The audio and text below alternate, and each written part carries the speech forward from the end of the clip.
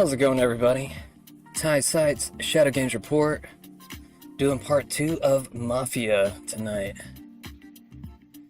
So, I guess this is going to be the last time I'm going to play Mafia for a little bit. It's disappearing off of Game Pass. I don't really know if I want to buy it just yet. I'm just going to have to see what the discounted price is, and then we'll play it off of that. I don't know, there was also a deal on Steam. Sometimes Steam has some good deals that I wait for. So, like I said, it just might be a little while until we play this again. Just depending on if they add it back to Game Pass, if I buy it, whatever. Anyways, it's going to be a long show tonight. We are going to do 30 minutes to an hour of news. It might even get close to an hour and 30 minutes of news tonight, just because we have to cover a lot of news from the weekend into today. Lots of news last night. It was kind of overflowing, if you ask me. But, yeah. Oh, man. This is a nice song to start the show with. Alright.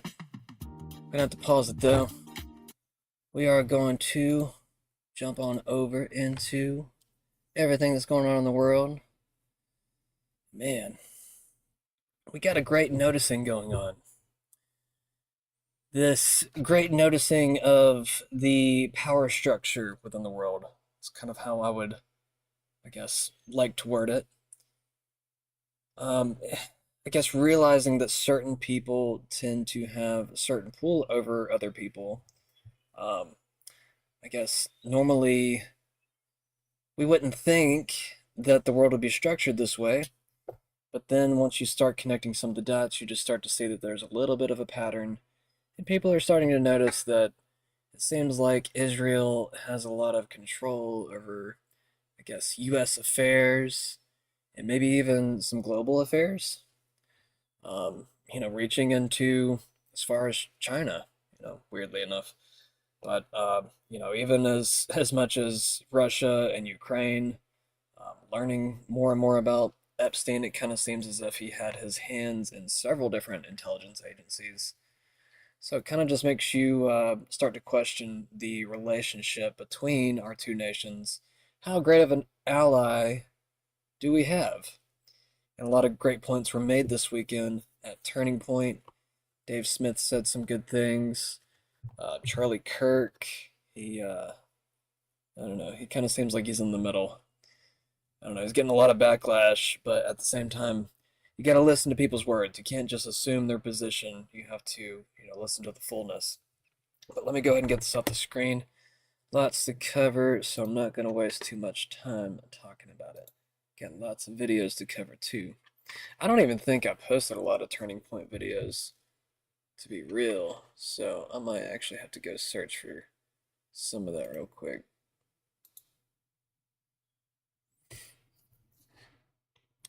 I'm going to pull it up right now. Turning Point.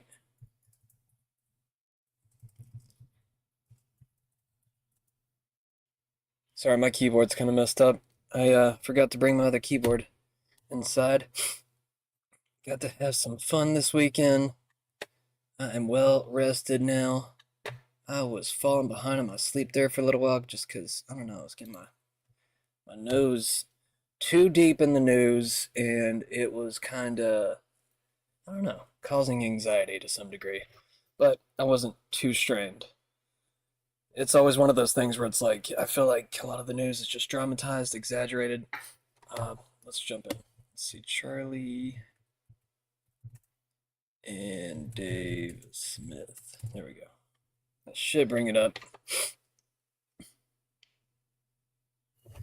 Laura Loomer has also been taking a lot of heat, understandably.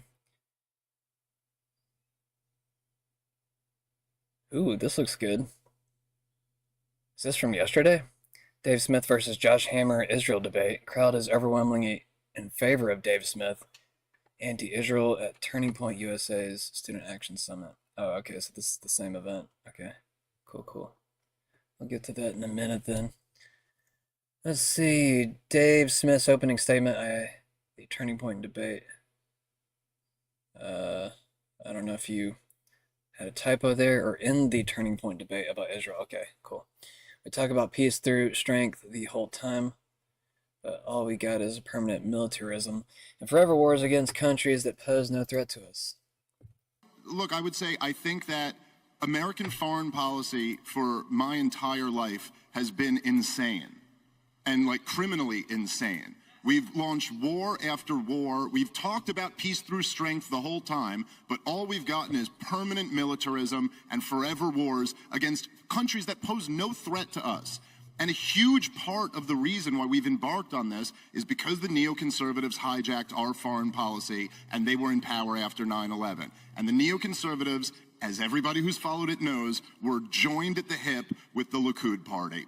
That's just a fact. They all admit it in their own words. And you can go back and you can read the Clean Break memo. You can read the companion piece, Coping with Crumbling States. This was written by David Wormser and Richard Pearl.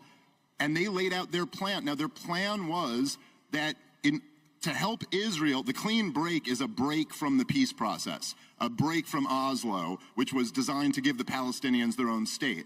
And these neoconservative geniuses decided that instead of the Israelis making peace with the Palestinians, they could just have the U.S. overthrow all of the surrounding governments that were giving Israel a hard time. And this is where four-star general Wesley Clark says that he saw the plans right after 9/11 to overthrow 7 countries in the next 5 years. And what was the last country on that list? It was Iran. Okay? This is a big part of what the whole conflict is about. Now, the neoconservative has kind of become like a pejorative for war hawks these days, and don't get me wrong, I support that. Keep calling them neocons. But the actual neoconservatives, the self-identified neoconservatives, aren't really in power anymore. But Benjamin Netanyahu is still in power in Israel, and the Likud party is still pushing for this. Now, I want very quickly, I'll try to not go too long here. Okay, they actually did focus group testing back in the 90s before the first Gulf War in Iraq. And you know, Americans weren't really moved by, we have to reinstall the king of Kuwait, but they were moved by the nuclear threat. Now, if you go read Coping with Crumbling States or the Clean Break memo, in the 90s when the neocons admitted they wanted to overthrow Saddam Hussein, they never said it was because he had nuclear weapons. They said he was a problem for Israel in the region. They only made up that lie after 9/11 because they knew that's what would sell you, or maybe not you, you're too young, but sell your moms and dads on going and fighting this war. And by the way, when they talked about wanting to overthrow Iran, it was the same thing. Never had nothing to do with a nuclear threat. That's just the thing they use now as the excuse. So yes, there is tremendous influence by Israel in our government. That doesn't mean I'm subscribing to some crazy conspiracy or telling you to hate Jewish people. I'm Jewish. I'm just saying they have influence. They've used it in a very negative way. I didn't know we should that. reject this insane foreign policy and embrace the foreign policy that Dr. Ron Paul advocated, which is the foreign policy of the founding fathers. Stay out of entangling alliances, stay out of unnecessary wars, That's crazy. be friends with the world, and trade with the world. That's the key to prosperity. Just lots of Jews that I didn't even know were Jews. I mean, I don't know, some people try to draw off of who a Jew is by their nose. I mean, I guess I can kind of see it with some people, but obviously it doesn't play out for everyone. Because I had no idea with Dave Smith.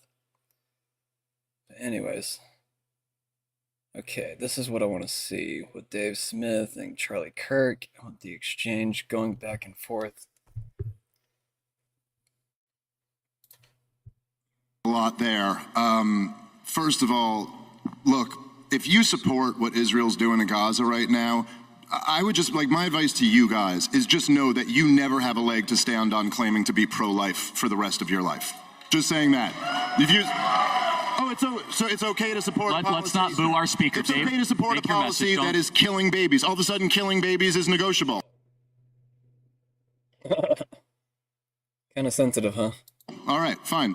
I'm just For Hamas. reading the room. So, Dave, why don't No, you... I'm not talking about hold for on, Hamas. hold Shut on. it down quick, Shields, Dave. Human shields. Hold on, back up. Dave, why I don't... just let you go Dave, on this whole long I know, thing. I'm going to and, actually like, help you out yeah. here, Dave, okay? What I'm doing is I want you to tell the audience what's going on in Gaza, because some people in the audience don't know what's going on. So don't assume they know, and let's not get back... Oh, okay. Well, I did assume that most people know that lots of babies are being killed in hold on. Gaza, but maybe I shouldn't have assumed that.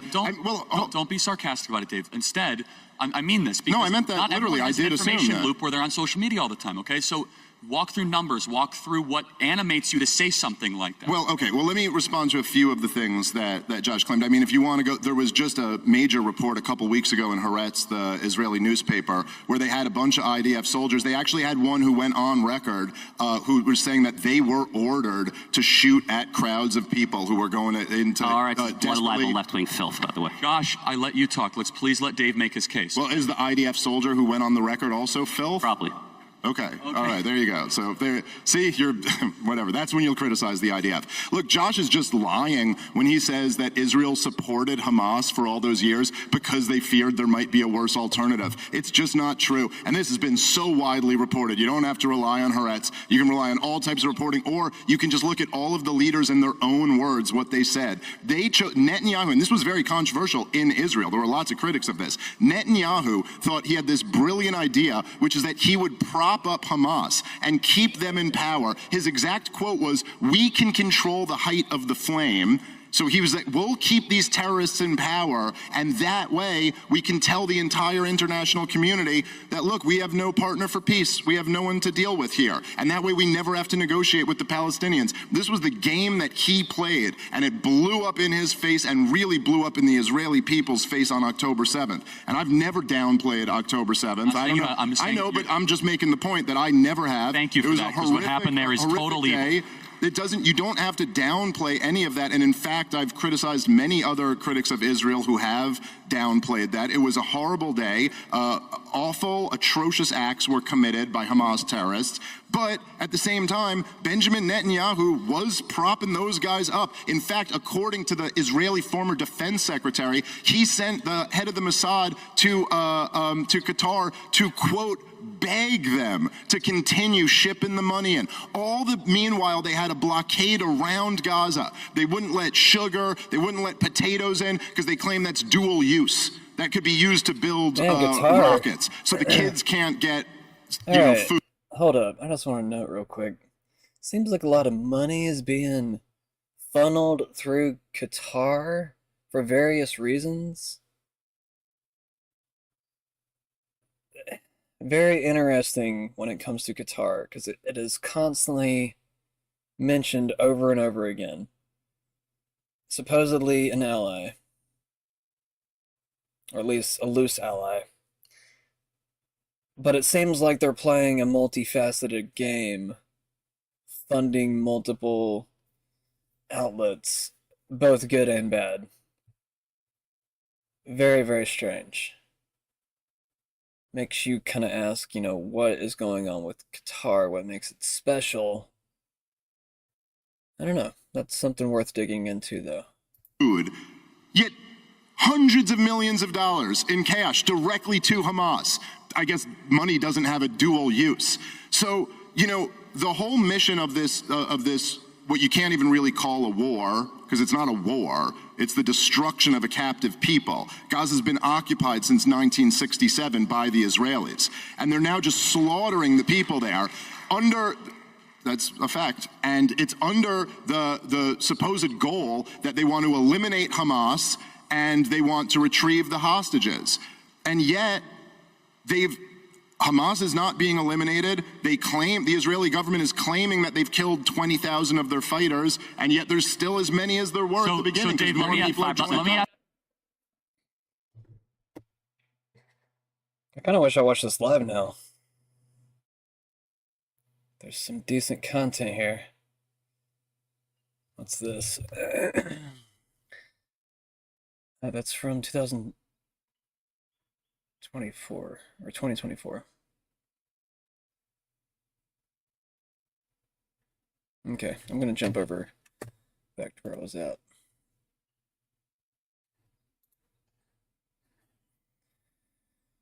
All right, let's jump into some of the headlines of today, and then I'll jump into some of the videos we got lined up for us. Supreme Court allows dismantling of Education Department. The U.S. Supreme Court lifted a federal judge's order enabling the Trump administration to proceed with plans to dismantle the Department of Education, including laying off nearly 1,400 employees. This move is part of an effort to reduce the federal government's role in education in favor of state control. Critics, including legal scholars, pointed out the apparent inconsistency with prior rulings limiting executive power under Democratic administrations. Catastrophic flooding in Texas. Over 130 people, including 36 children, died in devastating flash floods in Kerr County, Texas, following heavy rainfall. So much stuff this weekend. It just, as fast as everything moves now, you almost forget that certain things even happen. I mean, I didn't forget this. It was just more or less, there's just been so much news since that happened. And even before that, there was just stacks on stacks of news. Global trade tensions escalate. European markets fell as President Trump threatened 30% tariffs on imports from the European Union and Mexico starting August 1st. Following failed trade negotiations, German Chancellor Friedrich Merz warned of severe economic impacts while EU leaders pledged to continue negotiations but prepare retaliatory measures. Epstein controversy sparks MAGA infighting. A memo from the Trump administration on Jeffrey Epstein contradicted conspiracy theories promoted by Trump and some supporters, leading to tensions within the MAGA movement. Infighting between the DOJ and FBI, particularly involving FBI Director Kash Patel and Deputy Dan Bongino, highlighted internal conflicts over the handling of Epstein-related information. Trump's claim that Epstein is somebody that nobody cares about was widely criticized online. True.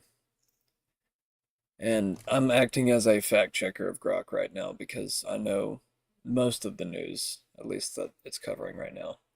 So I am kind of like the human filter right now when it comes to a lot of Grok's information. Unless I haven't read about it myself. That's the only time that I will not be able to be a filter. Stock market and economic concerns. The S&P 500 saw modest gains despite Trump's tariff threats, with investors betting on eventual negotiations to reduce duties. However, concerns about trade wars and economic policies contributed to market volatility. South Korean military drills. South Korea's soldiers participated in exercise Talisman Sabre 2025, Australia's largest ever war fighting drills, signaling heightened regional military cooperation.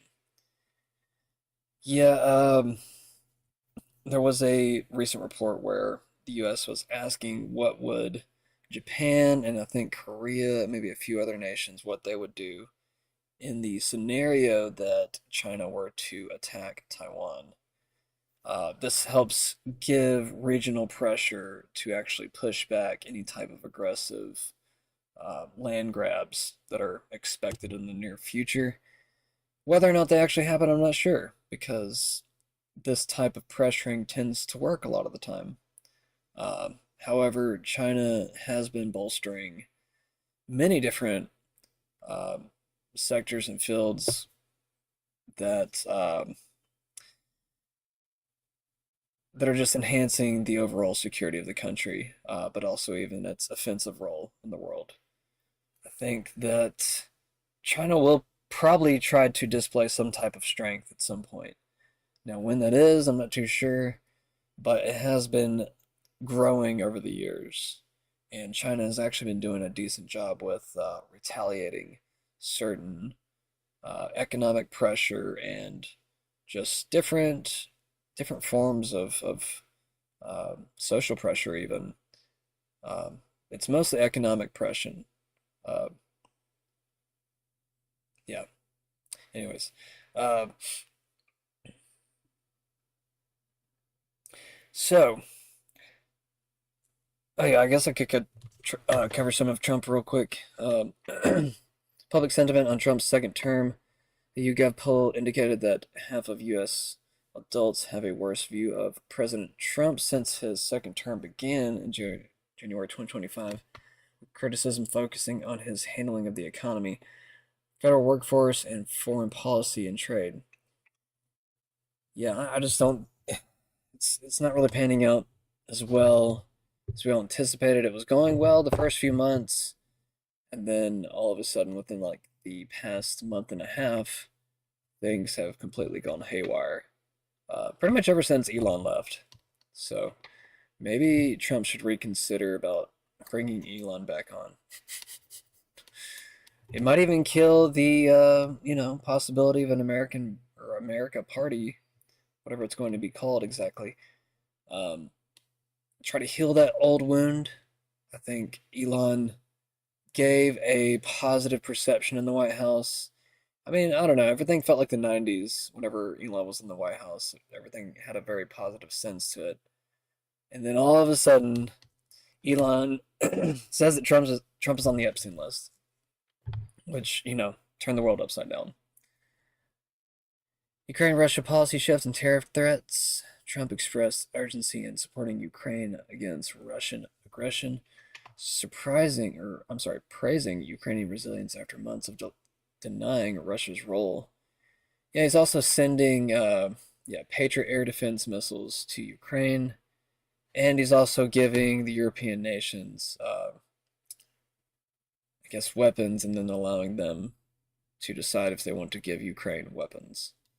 So it's still giving Ukraine weapons, it's just going through a middleman. Oh my god.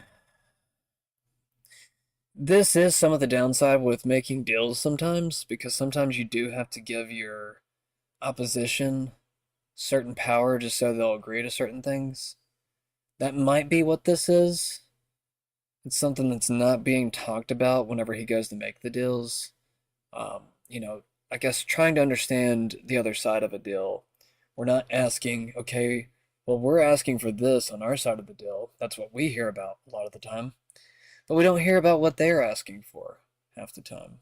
And that might be some of the disconnect with the public and how these things are being presented right now, at least in my opinion. Trade and tariff announcements. 30% tariffs imports from the EU and Mexico starting August 1st. The Commerce Department under Trump's administration initiated Section 232 investigations into imports on polysilicon, unmanned aircraft systems, pharmaceuticals, and semiconductors, signaling further trade restrictions. That sucks.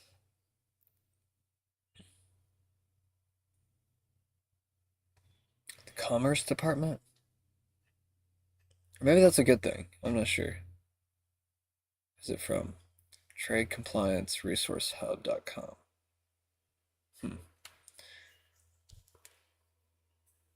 We got a lot of videos to get to. Trump went to the FIFA Cup over the weekend. There's also a big tiff between... Well, it wasn't really a big tiff. Actually, there was a lot of misreporting towards the... reports around Director of FBI Kash Patel and Deputy Director Dan Bongino, along with Pam Bondi. There was reports that there was a big clash and divide. I'm not sure how true that was, because it seems like all of the claims have been denied by official sources that claim either it comes from the source or it's coming from people that talk to the source. Kash came out and said that he wasn't resigning. There's just falsified reports. And then there was all these reports that, Dan Bongino could leave, or at least that might have been the firestorm that started everything. There was talks that Dan Bongino had a big divide within something and then had a leave of absence. Maybe he just wanted to take some time off. I'm not too sure. But it did cause a stir on X over the weekend. Lots of misreporting, and we'll get to see that as we get back to what I want to show. Let's go over here. All right, let's get into some of the other headlines and videos. Judge orders Trump administration to halt indiscriminate immigration, stops arrests in California. I'm not sure if that's been reversed yet, but that's from 2 days ago.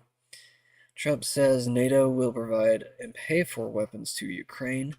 President Donald Trump told NBC on Thursday he struck a deal with NATO for the U.S. to send weapons to Ukraine through the alliance, and that NATO will pay for those weapons 100%. So at least they're going to be paid for. That's at least a small win. But it looks like there's going to be a continuation, and this sets off.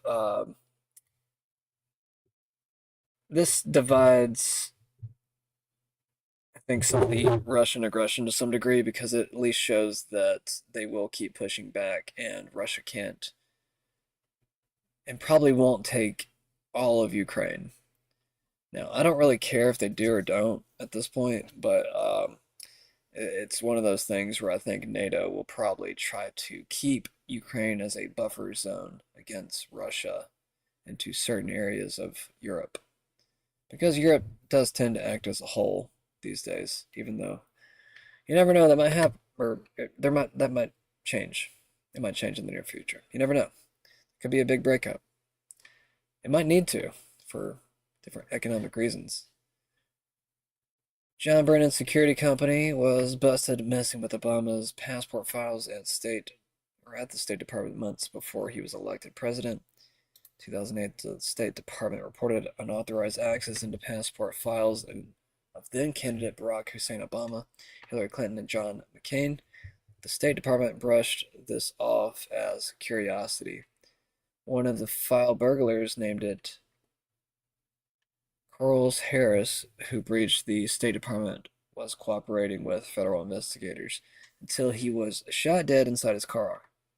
Turns out Lieutenant Charles Harris worked for a security company named the Analysis Corporation, known as TAC. Who was the CEO of TAC? John Brennan. Gets better. John Brennan at this time was an advisor to the Obama campaign. This was right about when everyone was asking about Obama's mysterious origins and his manufactured birth certificate. What? Hold on, it gets crazier.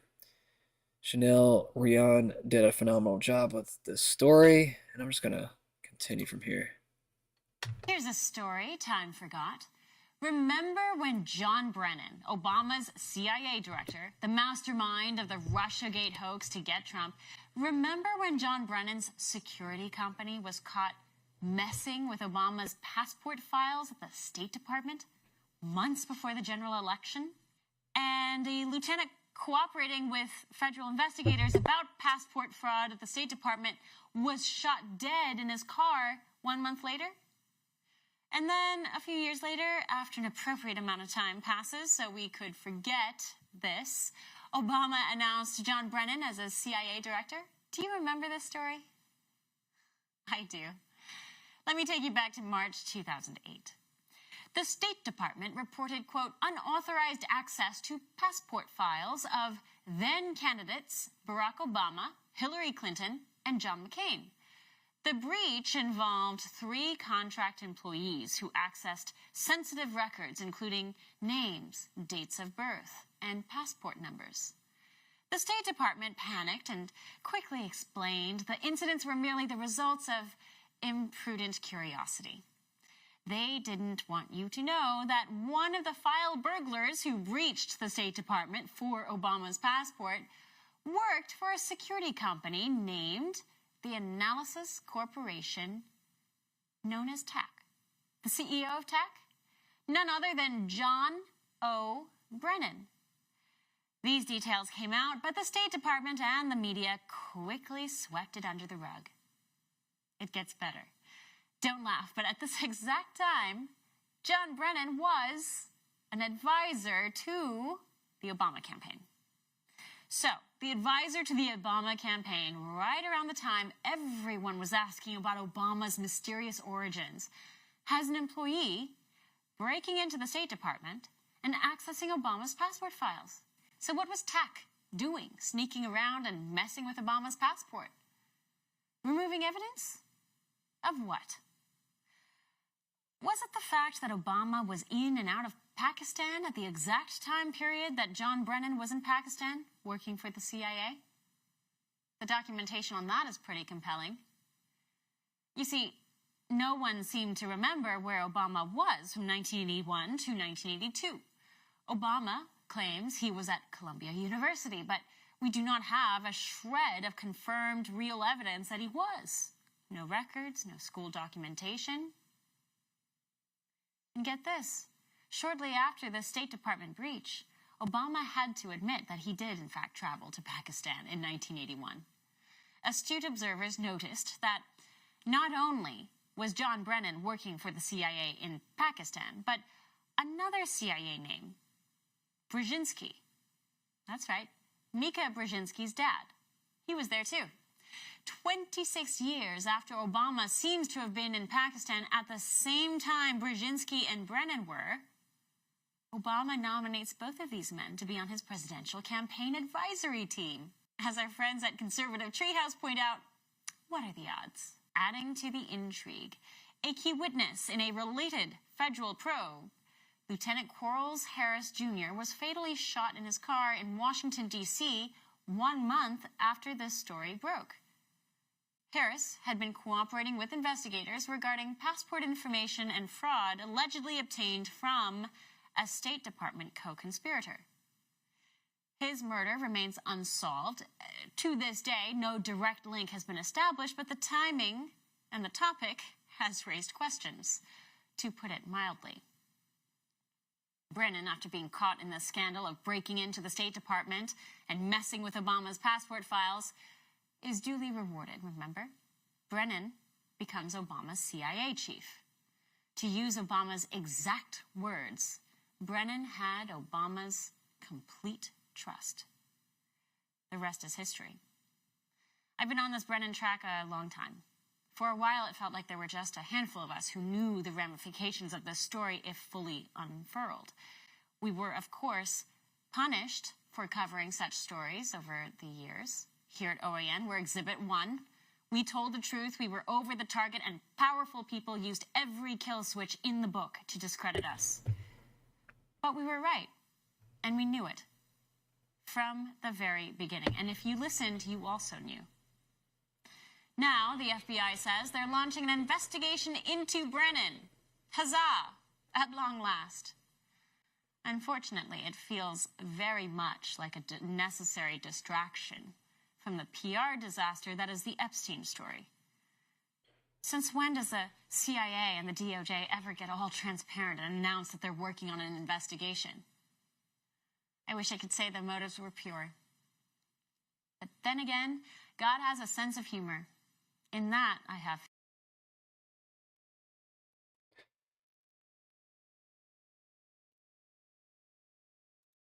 issues that has plagued the cities across Ohio, including here in central Ohio, is gun violence. A new study just released is now unearthing if the Buckeye State's constitutional carry law impacted gun violence in cities. We thank you for joining us today for NBC4 at 5. I'm Jared Smollett. And I'm Jennifer Bullock. The study was published today by the Center for Justice Research through a partnership between Ohio Attorney General Dave Yost's office and Bowling Green State University. I remember back on June 13th, the state began allowing citizens to carry a concealed weapon without a permit.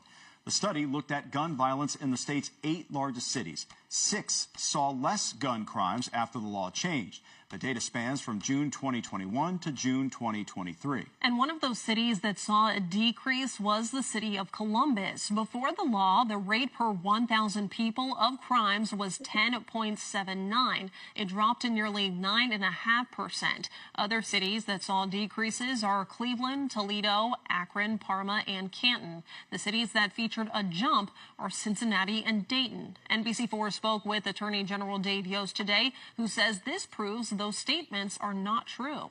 So I think this is worth watching as we go to the future to see if it remains the same. But this is scientifically a good piece of work, and it definitively says that. Who knows if Democrats didn't set something up to boost some of those numbers in certain areas, though. think Ohio is a swing state, and sometimes it will kind of flip. So, either ways. All right.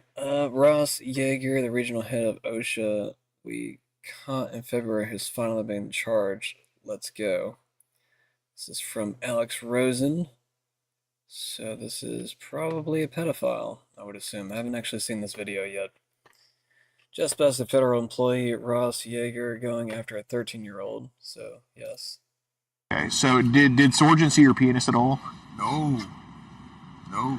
Okay, so no, and I understand. Dude, I fully understand, but obviously in this case, whatever happened has already happened, right? It's about. Well, no, it's the police. Yeah, did your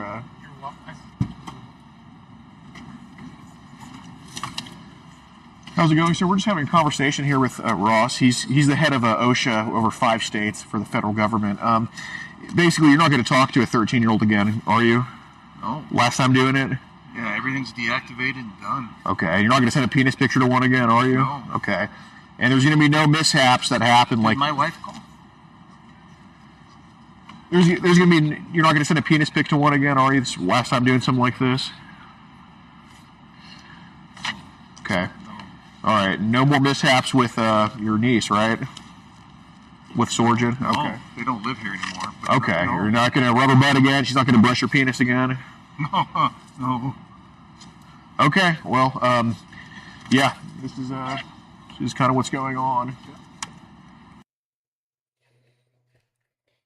Alrighty. Okay, so this is what I was talking about earlier. This is where I think some of the rumors kind of started to begin. We had a big profile like Gunther Eagleman saying apparently both Cash and Bongino are threatening to resign if Bondi doesn't. Apparently, that didn't happen though. At least from the reports I've seen, Cash seems to deny some of this.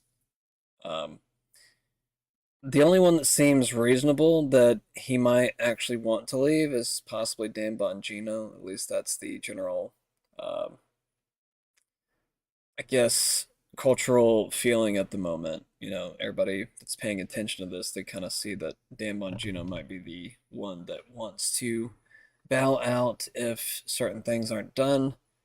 But I don't think that's actually going to happen unless there's been something that happened within like the past few hours. We might even just check right now with Grok. Let's see, has Dan resigned?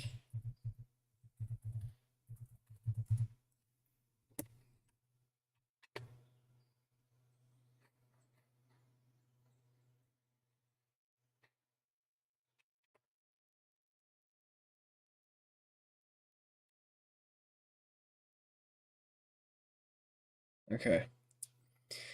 So, from CNN, so take that with a grain of salt, and also from The Guardian, or via The Guardian, updated. Well, it says tomorrow, but that's probably talking about today. I don't know why it's saying tomorrow.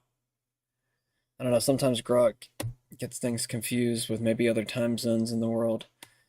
Indicate that Bongino has been absent from work since Friday, July 11th, 2025, and has largely excommunicated himself from colleagues following a major falling out with Attorney General Pam Bondi over the Epstein files. Sources suggest his position has become untenable, and there is speculation about an imminent departure, with Vice President J.D. Vance attempting mediation over the weekend. I don't know. So the original post by Gunther Eagleman, subsequent comments, including Smart Vonsval, highlight Bongino's threat to resign if Bondi remains in her role, a sentiment echoed by Kash Patel's stance. This has fueled ongoing speculation, but no official statement confirms this exit. Yeah, I think don't really trust anything unless you get some type of an official statement, which Cash already came out and said that, you know, it's not happening with him. But it does seem like Dan Bongino might have a small break with Pam Bondi. I don't know. We'll have to wait and see. But this might have something to do with what might be called the Great Noticing. I'll just bring it up again. Dan Bongino might be noticing that, certain people are being protected. And whether or not it's because they have ties with Israel or not, can't be confirmed at the moment, but it is speculative. So it's causing lots of rifts within different divisions in what used to be called MAGA. I don't know. You might have different splinter cells at this point. So, expect a lot of varying views to kind of get radicalized, in my opinion, just to try to stimulate or pull the movement in different directions. And see, I even think that might be part of this, or at least part of the opposing oppositional's plan to stir up more division, try to take over certain splinter cells within MAGA so that it can be infiltrated. And that's usually how a lot of viruses take over a system. They kind of just slowly spread through a system, and they'll take over different parts. They'll start small and kind of spread from there. And then, obviously there has to be some type of pushback whenever your immune system starts to kick in. If Cash and Bongino resign and Blondie is allowed to remain, you need only look toward Blondie's ally, Susie Wiles. This is from the Patriot Hammer. Blondie and Wiles have a long history as allies. Former pharma lobbyist to run Trump White House. Trump White House Chief of Staff. Trump, Susie Wiles, Ballard Partners. Nanobiosim. Nanobiosim. I guess it's actually probably how it's pronounced. Also connected to the Democrats and the Harris campaign. Oh, and Bill Gates has a link to them as well. What does that say? United Nations Foundation. Huh. Anyways, I'm going to keep on moving. The two senior CBP and ICE officials tell me federal agents arrested a total of 319 illegal aliens at the 2 cannabis farms in California on Thursday, making it the largest worksite raid on the current Trump administration.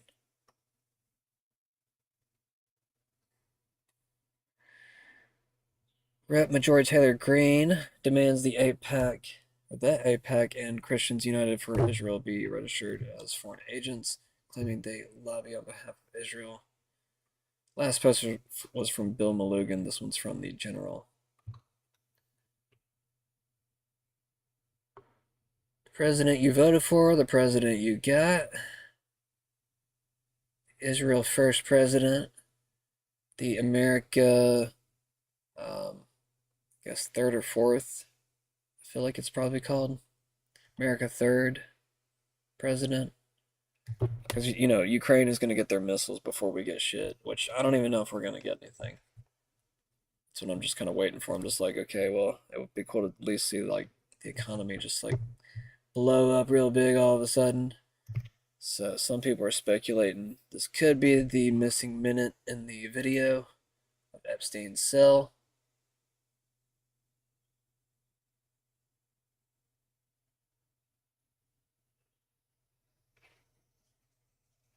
Obviously a joke, but anyways.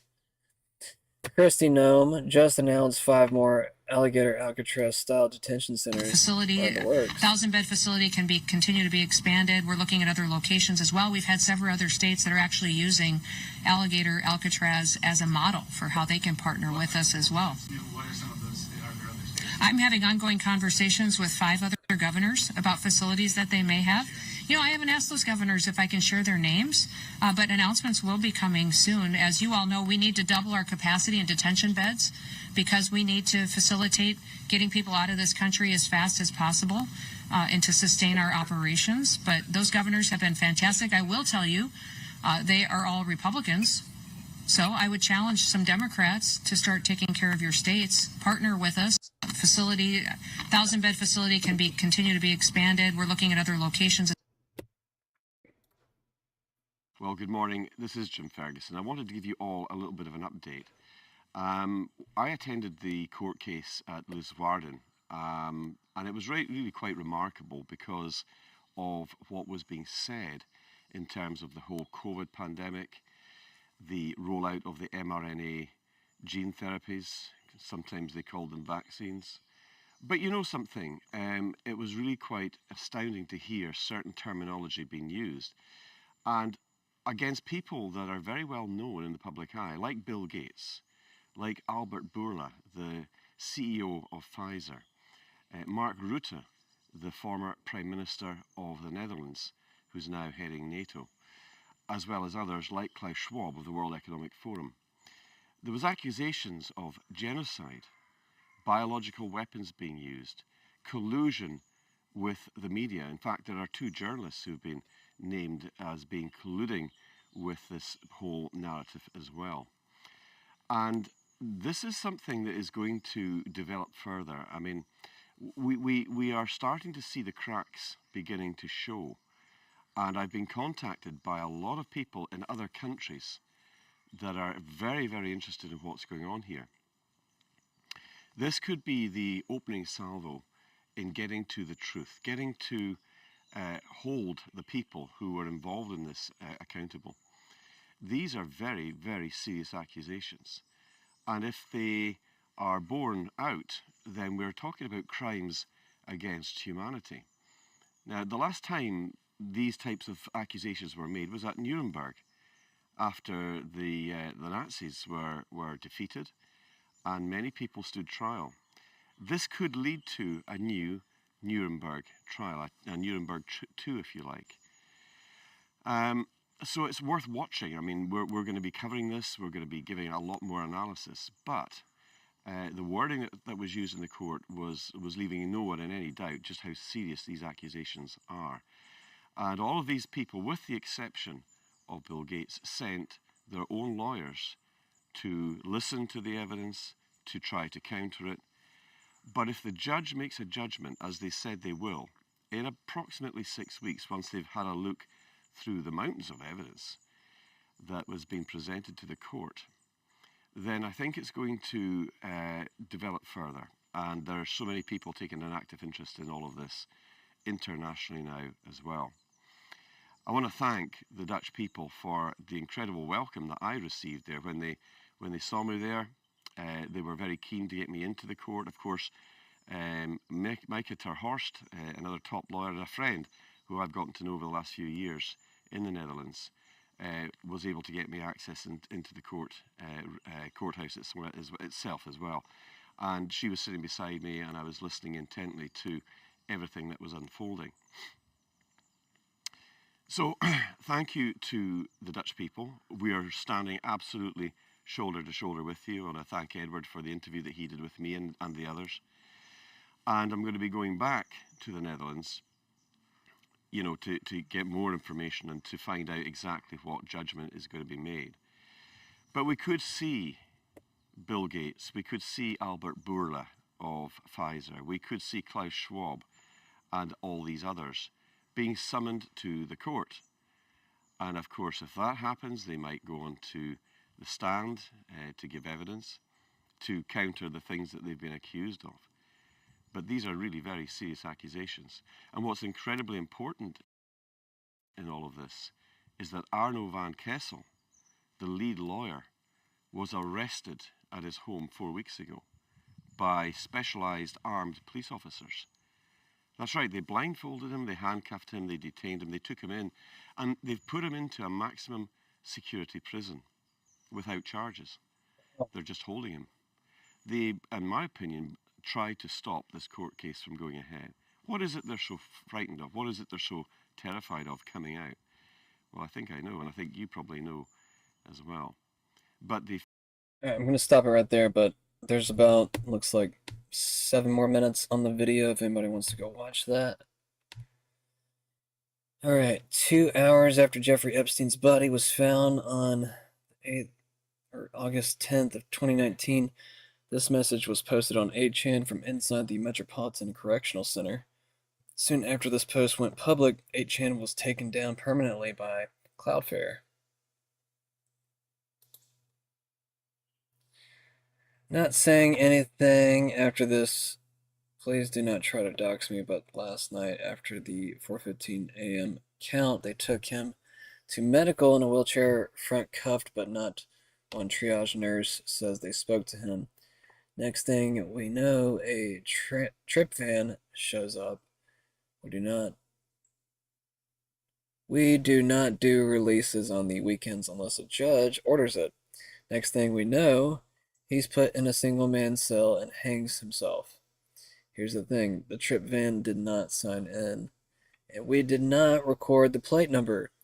And a guy in a green dress military outfit was in the back of the van, according to the tower guy who let him through the gate.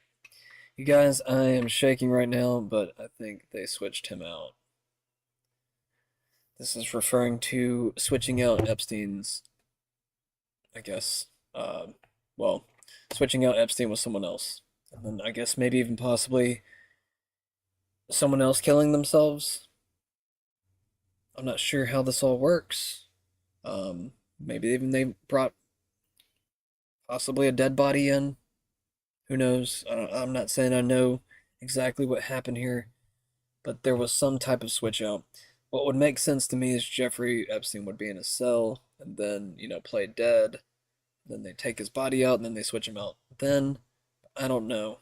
I don't know for a fact. There might be some other weird way that this all occurred. There's a minute missing on the video, and it's already been discovered that this video has been edited, I think, through, what was it? Adobe Premiere, I believe. Correct me if I'm wrong, but I want to say that there have been some people that have already figured that out. Didn't come from me, but I do have a post about it somewhere. At least hopefully it made it onto X. Sometimes those posts, I don't know, they get lost for whatever reason. The full unredacted Epstein flight logs have been released, every single page. Take this with a grain of salt. I'm not sure if this is legit or not. From Project Constitution, no redactions, no missing entries. The entire flight manifest is now public. They swore we'd never see this. They buried the truth, but we're not letting the story die. We are demanding the DOJ immediately release all Epstein-related files. Attorney General Pam Bondi resigned for protecting the elite and failing the victims. It's a 4-minute video. So, ladies and gentlemen, here's a list of names from the Epstein flight logs. All right, these are the people that were on Epstein Island, confirmed by multiple sources. Bill Clinton, George Mitchell, Alex Baldwin, Ralph Fiennes, George Hamilton, Dustin Hoffman, Kevin Spacey, Liz Hurley, Laura Hutton, Janice Dixon, Naomi Campbell, Christy Turlington, Henry Kissinger, which may be one of the most evil men on the world. He is, yeah. Joan Rivers, Courtney Love, Mick Jagger, Courtney Guest, Phil Collins, Simon Le Bon, Charlie Rose of PBS, Richard Branson, Candace Bushel, Tom Ford, Vera Wang, Nadia Byerlin, Co Stark, and here's some more.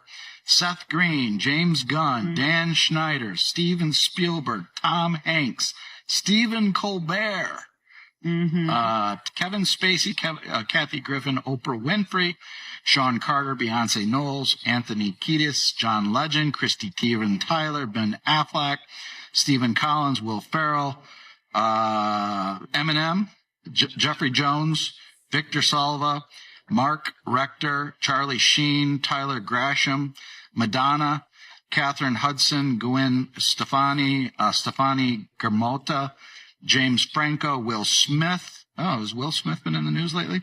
Justin Rowland, John Cusack, Anderson Cooper, Demi Moore, Brian Affleck, Meryl Streep, Wanda Sykes, Chelsea Handler, Michelle Wolf, Pharrell Williams, Quentin Tarantino, Robert Downey Jr.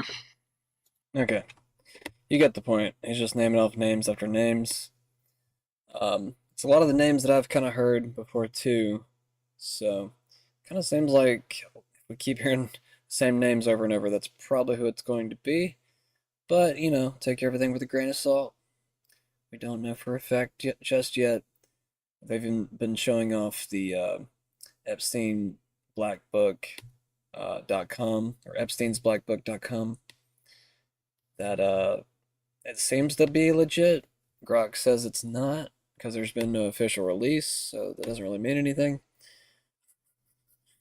I mean, it looks official to me, and it seems to match up with some of the redacted documents to some degree. So we'll just have to wait and see if they're ever released in the real format. I don't know.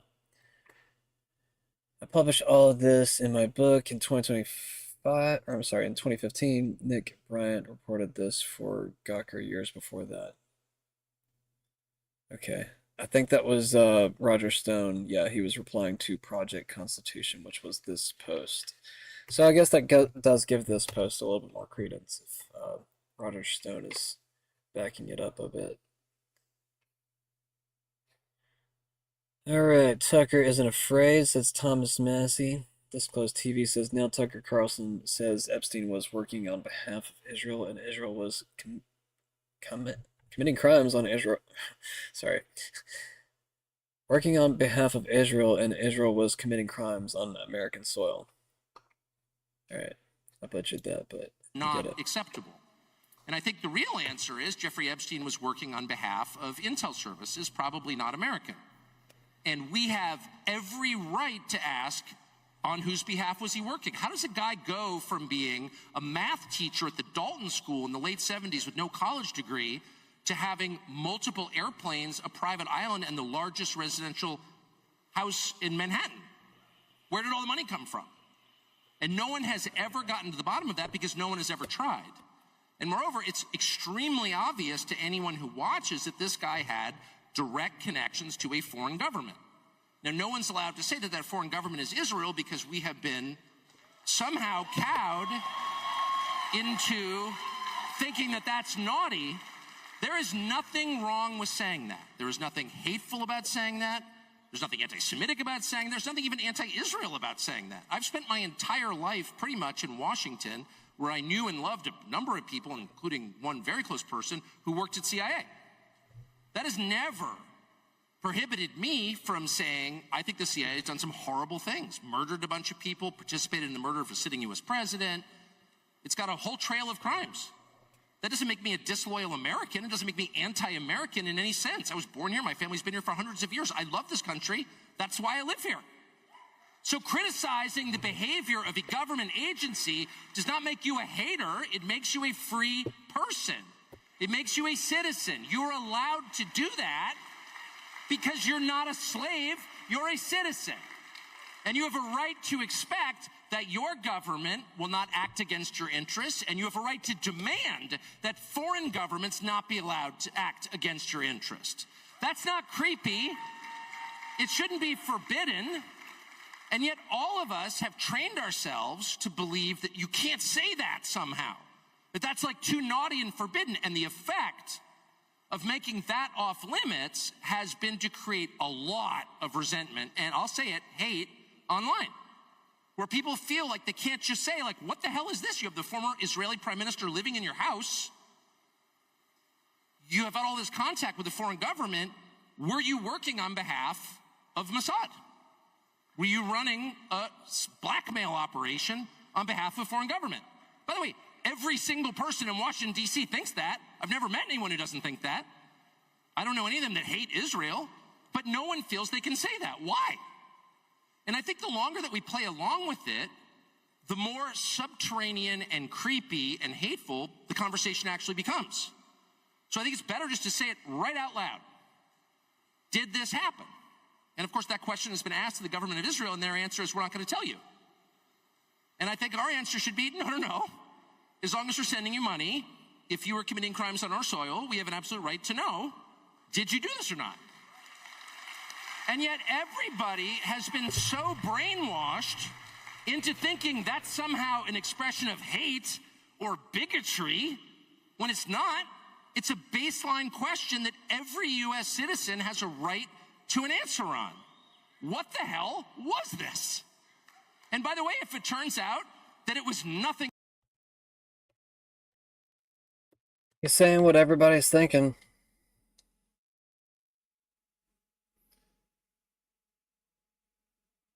All right. From clandestine scenes from the State Department showing employees leaving HQ after being fired in mass cuts of 1,300 employees on July 11th.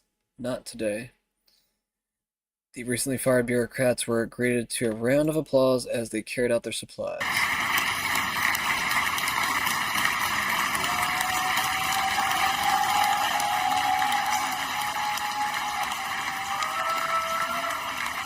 Are they pissed or are they happy? Is it all the DEI hires? It kind of looks like it.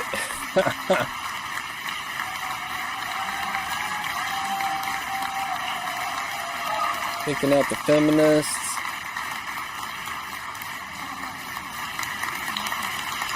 Yep.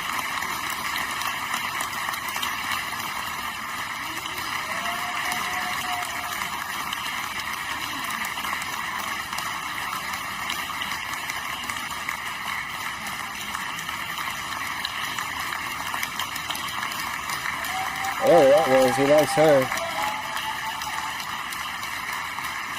Or she. I don't know if that was a he or a she. Excuse me. If I get that wrong.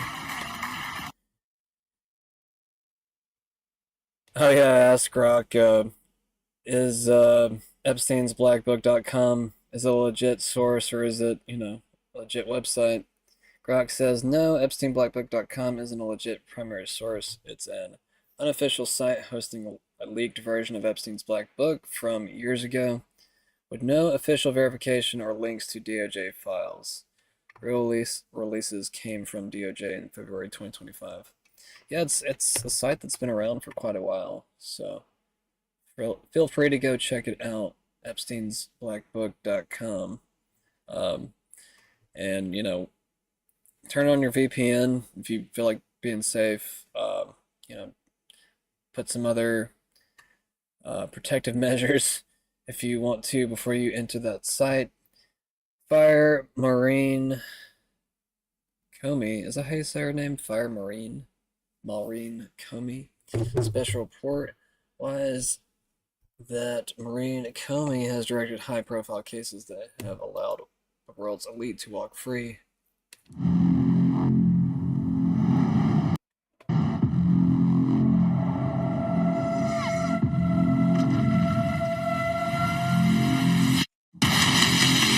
We find out that there was a freak-off party in Vegas where a guy named Anton, an escort that gets apparently, allegedly, passed around celebrity circles, was banging somebody, possibly a celebrity's wife, in January in Vegas. And there was 7 to 8 people just sitting around the hotel room watching, some that were celebrities. The defense attorney argued, we need to have these names public, otherwise this is not a fair trial. And Maureen Comey, the government, was like, no, we have to protect these names. Why? Oh, it's because it's the same thing she did during Ghislaine Maxwell. That's why we never got any names. So, people can speculate, but right now the judge decided to agree with Maureen Comey. We're not getting the names. James Comey's daughter always seems to be a part of everything from Epstein to the highest echelon of cases. Why would Comey's daughter be allowed under Pam Bondi's Department of Justice? I would have removed her immediately, not just because of the case, but because of the information that they learn while they investigate the case. See, not everything that they know, they prosecute. I said, I think it'll be like all the other cases, and she'll put on a show trial, and they'll limit all the information, they'll suck up all the witnesses, and then all the lawsuits filed on Ghislaine Maxwell, all the lawsuits on P. Diddy, all the other lawsuits on Nexium, and all, I mean, it's just hundreds of organized sex trafficking pedophile cases, not just Epstein, get sent to her. And then her daddy famously controlled the files and used it for control, just like J. Edgar Hoover did. The CIA would find pedophiles, not just in Afghanistan, but other countries, and put them in charge as mayors and as council members and as village leaders, because they found they were the most loyal and didn't even want money. They just wanted kids, but they would get angry and say, we want more Viagra. That was in the news, that the CIA had to fly in cases, pallets of Viagra for all the mayors in Afghanistan, and had to supply them with little boys. This is their management system. This is how they control things. I miss that. That's you know the people going to Epstein Island and Zorro Ranch and Peter Nygaard, similar facility in the Bahamas. They know they're going to be video raping kids. And it's not 15, 16-year-old girls.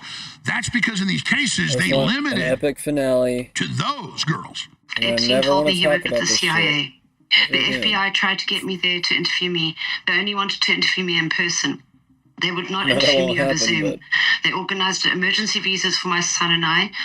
They were arranging for us to be put in first-class flights, 5-star hotels, but my child's father wouldn't let us travel, so thank goodness, in fact, because a lot of weird stuff happened with a lot of the girls who were interviewed by the FBI. And it's very frightening, like I said, not just for the victims, but for everyone in the world, when we're all being lied to like this. 4 months ago, Bondi raided it like she said she'd do the day after she learned it happened. They refused to turn it over. They kicked the FBI head out. The FBI raided the FBI. And then Bondi did the right thing, talked about it on the TV, sent the files out. And then I've talked to the FBI, multiple sources. They said, yeah, almost no one is volunteering to go watch it or investigate it. And I can't blame people at the end of the day. I wouldn't want to go look at 14 terabytes of kids getting raped. But some of them signed up for that, so they're stepping up. But why aren't hardly anybody reportedly willing to investigate? It's not just that they don't want to watch kids getting tortured. You think they want to take on the globalists, Bill Gates and people, the King of England? They know your family gets killed. So the reason we've gotten in this position is that evil understands that and gets people to commit such horrible acts that then society just doesn't even know how to process it. And then when evil gets away with that, all these other evil people see it and join in, and they like it, and they go, my goodness, this is a free reign. And the evil grows and grows and grows and grows until it brings down society. We're going to go over the edge into a cultural, spiritual black hole. We're basically already there. I'm going to stop it right there. 4 minutes into that video, there's about another 4 or 5 minutes left on it. I believe Lindsey Graham may be leading a double life as Netanyahu's wife. Now it all makes sense. It's a joke, guys. I mean, the similarities are very stark, but I don't think that they're the same person. They're very close, though. I'm pretty sure Alex Jones is making a joke, but at the same time, I mean, you never know. You never know. That'd be crazy if, like, that ended up being the case, but I don't think so. Oh, yeah. Alex Jones was also posting about Bridget Macron being a dude, and also that she might still have her pee-pee. I don't feel like getting into that. I'm tired of all the trendy news. It was just kind of funny because it was, like, back-to-back with these posts on his profile. The Attorney General of the United States claims she had no idea who her office was prosecuting until a sitting member of Congress brought it to her attention. How is this possible? Attorney General Pam Bondi says this would not have been possible without Representative MTG, who brought this case to my attention. She has been a warrior for Dr. Moore and for ending the weaponization of government. At my direction, the Justice Department has dismissed charges against Dr. Kirk Moore. Dr. Moore gave his patients a choice when the federal government refused to do so. He did not deserve the years in prison he was facing. It ends today.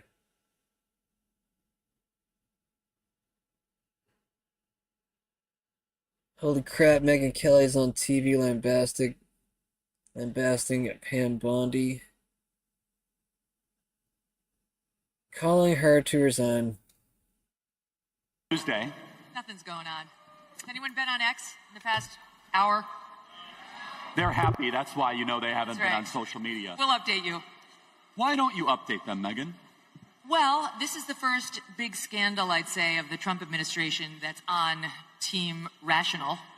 It's not a fake media scandal like the left tries to create for President Trump every other day. It's one of the right's own making, and it's not going well. And it has to do with Jeffrey Epstein. Yeah. Let me just ask you, make some noise if you care about the Jeffrey Epstein scandal. Raise your hand if it matters a lot to you. Raise your hand. So every hand of 7,000 people. Everybody cares.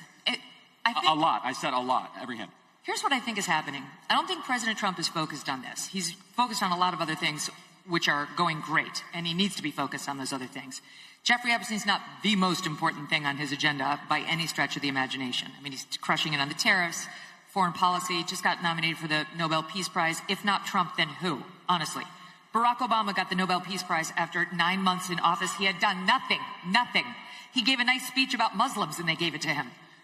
So President Trump should be getting the Nobel Peace Prize, and there's all sorts of things he's focused on. I just don't think this has captured his attention quite yet. But it needs to, because it's starting to create a real hornet's nest within the administration. And I've got to be honest, I blame Pam Bondi. I'll tell you why, okay? I have nothing, yes, incompetence, yes. I have nothing against Pam Bondi as a human being. I was fine with her nomination and her confirmation, and she's been loyal to the president, and I get that President Trump needs a loyal attorney general. Look what happened with Sessions the first time. He went away, and then the next thing you know, we had the Mueller investigation, and it was a nightmare. But there are a lot of other people who can be loyal and competent in that job. Here, she is the reason that things are unraveling around this story right now that virtually all of the Republican Party cares deeply about. It's also true that Dan Bongino and Kash Patel had questions about Epstein before they took office, okay, before they went into the FBI. But once they joined the FBI, they said nothing. They've kept their mouths shut about Epstein. You have not seen them, except for one joint appearance with Dan and Kash on Fox, running all over the media looking for attention on this, yes, clickbaity story. Who have you seen? Pam Bondi. She has never missed an opportunity to go on television and dangle sweet nothings that might be coming your way. Try to lead you to believe that she's got it. It's on her desk. It's coming tomorrow. You're going to see something on Epstein. And it was a tease. So you either believe that Pam Bondi was telling the truth then or that she's telling the truth now. But both cannot be true. She was either lying when she went on Fox News all those times saying, I've got it, we're looking at it, wait until you see it, it's horrible. Or she's lying in her 2-page memo that they released on a Sunday night at the tail end of a holiday weekend to Axios, as if Axios is where we all go for our news. Hell no. She went to someone she knew would not kick the tires on the story, and without signing the memo, dropped it in the dead of night and said, that's it, take the crumbs and be happy. Refused to come out and give a presser. Come out and give a press conference. Stand there for 6 hours to the point where people are dying of boredom. They've asked all their questions. That's how you put a scandal to rest. But she wouldn't even sign her name to it. And I'm telling you, I have dollars to donuts. It's going to come out that there was internal consternation over that memo and whose name did and did not go on it and who was and was not behind it. And so now you have a situation where her words on the record on Fox News are diametrically opposed to what she put in this memo. She's embarrassed the president. She's embarrassed herself. And Dan and Kash, to the extent they've had to sign off on that, let's understand the FBI is controlled by the DOJ. FBI is subservient to DOJ. She's their boss. That they're in this position where the only comments they've made on the record as administration officials have been, we don't think he killed himself, and we don't think he got murdered. We think he did kill himself. We've looked at the tapes, and Cash to Joe Rogan saying, if I saw all these tapes of Jeffrey Epstein with little girls, trust me, I would show you, but I haven't seen it. Okay, so what they're saying now is consistent with what they've said since they joined the office, and that is one of the many reasons why this scandal is squarely on her, and I'm telling you, I'm of the cable news universe. I've seen it happen a million times. People get thirsty. They love to see themselves on television. They love to see their names in the Klieg lights. They love the attention. They love the little emails and texts and tweets and thumbs up they get after their appearance, and they can feel their star rising. And listen, internally, I'm told there's a bit of like a power struggle between Pam Bondi and another female administration official on who's going to be the top dog. You know, we've got a great bench behind President Trump. We've got JD, we've got Marco, you know, we've got Hegseth. We've got a lot of people who could potentially be next up. But there are some women who've got their eye on that role too. And I've been... Some internal catfights, maybe? President Trump accuses Fed Chair Jerome Powell of costing the U.S. a ton of money by keeping interest rates so high. I think he's doing a terrible job. I think we should be, I think we should be 3 points lower interest rate. He's costing our country a lot of money. We should be number one, and we're not. And that's because of Jerome Powell. In terms of interest, we are number one in the world. I think he's doing a terrible job. I think we should be, Ma'am Donnie yanked off stage mid-question as campaign shuts it down. And I'm excited at the prospect of building this coalition further and further such that it reflects the beauty and the breadth of our city. Thank you for your question, Ms. Fair. I think we're done here. We're gonna go. Come on. We're wrapping up. Sorry, folks. Okay. We're wrapping up. I'm so sorry, guys. Sorry. Let's talk about this.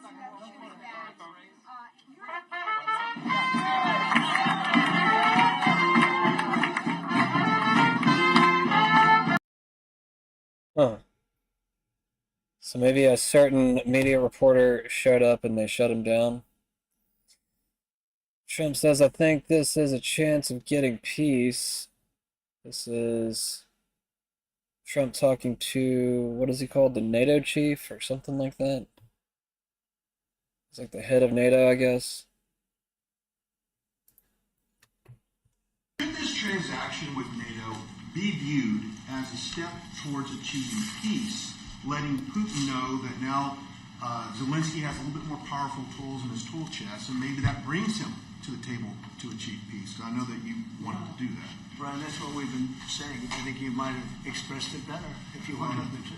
I'm just talking exactly. That was a summary. That was a nice summary. I think he's done better than us. He's a very good guy. I can tell you that. But no, it's well said. Yeah, I think this is a chance at getting peace, or it's just going to be the same thing. I have to tell you, Europe has a lot of spirit for this war. A lot of people, you know, when I first got involved, I really didn't think they did, but they do. And I saw that a month ago, and you were there, most of you, many of you were there. The level of esprit de corps, spirit that they have is amazing. They really think it's a very, very important thing to do, or they wouldn't be doing it. Look, they're agreeing to, just, you know, they're paying for everything. We're not paying anymore. We have an ocean separating us. I said, we have a problem. We make the best stuff, but we can't keep doing this. And Biden should have done this years ago. He should have done it from the beginning, but he didn't. He didn't know he was there. This guy, what a horrible job they did to this country. And I just hope between the border and this and so many other inflation, what a horrible administration. The worst administration in history, in my opinion. That's not my opinion. I think it's everybody's opinion. But this is something that shouldn't have happened, and we're going to see if we can end it. All right, from James O'Keefe, FBI Deputy Senior National Intelligence Officer confesses law enforcement turned a blind eye in Jeffrey Epstein case. I'm with FBI. It's a show. Small coincidence, but I've been watching the Epstein documentary. Oh yeah, it's just messy. Like you can see where law enforcement kind of either turn a blind eye or like miss things. You've seen the news that Deputy Director Dan Bongino of the FBI is going to resign. Breaking news here at OMG, we've obtained audio of a current FBI agent. This is Deputy Senior National Intelligence Officer Rami Hassan of the FBI saying it is a, quote, shit show. I'm with FBI. It's a shit show. I do a lot of kind of countering white supremacy things. Although the last 2.5 years, I was at the White House. Yeah, and then kind of got moved back after with the new administration coming in. But yeah, Small coincidence, but I've been watching the Epstein documentary. Yeah, they were trying to release some of the files, like the White House sources. Oh yeah, no, it looks kind of messy. Oh yeah, it's just messy. Like, because they even invited some of like the the influencers and like right-wing bloggers and to release the files. It's like, that seems a little weird. Just release it online. Hassan confesses that law enforcement at the FBI, quote, turned a blind eye and, quote, missed things regarding the Jeffrey Epstein case. You can see where law enforcement kind of either turn a blind eye or like miss things, and there's opportunities just from like hearing and listening. You don't think something happened to him? But I think he just killed himself. I mean, even the FBI came out and said he killed himself. I'm like, oh, okay. Not big on the conspiracy theories. Yeah. We're calling the series FBI Leaks. They always are honest in private, not public, so we're looking for you to send us recordings and materials, and we'll let the public know what's going on. We have 33 confirmed positive tests. We have 33 Pennsylvanians who have tested positive for COVID-19. Today we have 33 cases. There were 33 new cases. The state of Minnesota today reported 33 new COVID-19 related deaths. There are 33 confirmed cases in Arkansas. That's the largest single-day increase so far, raising the total to 33. 33. There were 33 confirmed cases in North Carolina. 33. Those 33 everywhere. Yes. I think that was Red Team Go. I think 33 is like Red Team Go. Everybody goes, okay, let's do it. It's time. Yeah, what? Dude, there's like literally 1,033 and 33 new cases. 33 people died in fucking Hong Kong. The number 33, we all know what that represents. Everywhere, every single day, it was like, well, 12 more cases, which now brings the state to 33. People are noticing, guys. Especially whenever you post things like that online. People are not as dumb as they used to be, so just don't forget. I mean, I'm talking, straight to the people that post shit like that try to send weird messages online, trying to stimulate other people to, commit certain acts against others, whatever. I've seen it before. Seen it against me before. Yeah. Just letting you guys know. We do notice it. We do pay attention. And whenever I say we, I'm just saying the general we the people. We keep track of things. We're not as dumb as we're made out to be. So, you are noticed, and I mean, people that notice things like that usually do track you. So, it's not really secrets anymore when it comes to a lot of these weird little cult-like groups using certain code.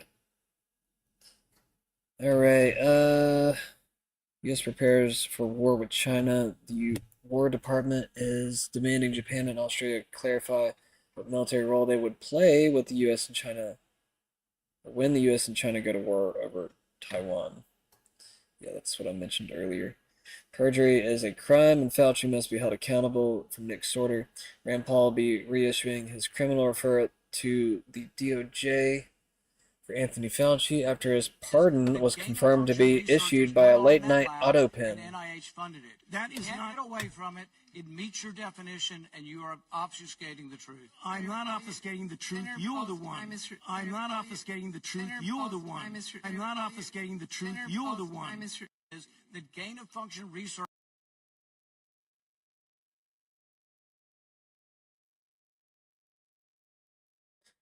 Remember, Biden and Harris denied they left money, and the Taliban produced this video proving it. This is what Biden and Harris left for the Taliban.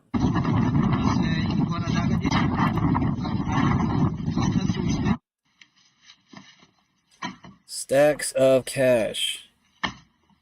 Stacks of guns.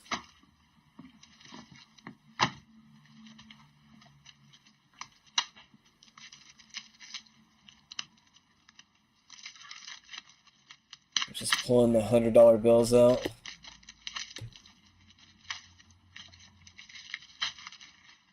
Nice little plastic wrappings for all of them.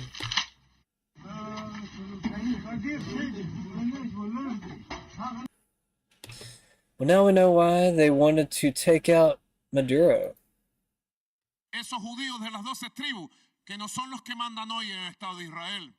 Los que hoy gobiernan Netanyahu no es judío auténtico. Él es un cambalache que viene por allá de Polonia. Let me put this in full screen. Esos judíos de las 12 tribus, que no son los que mandan hoy en el Estado de Israel.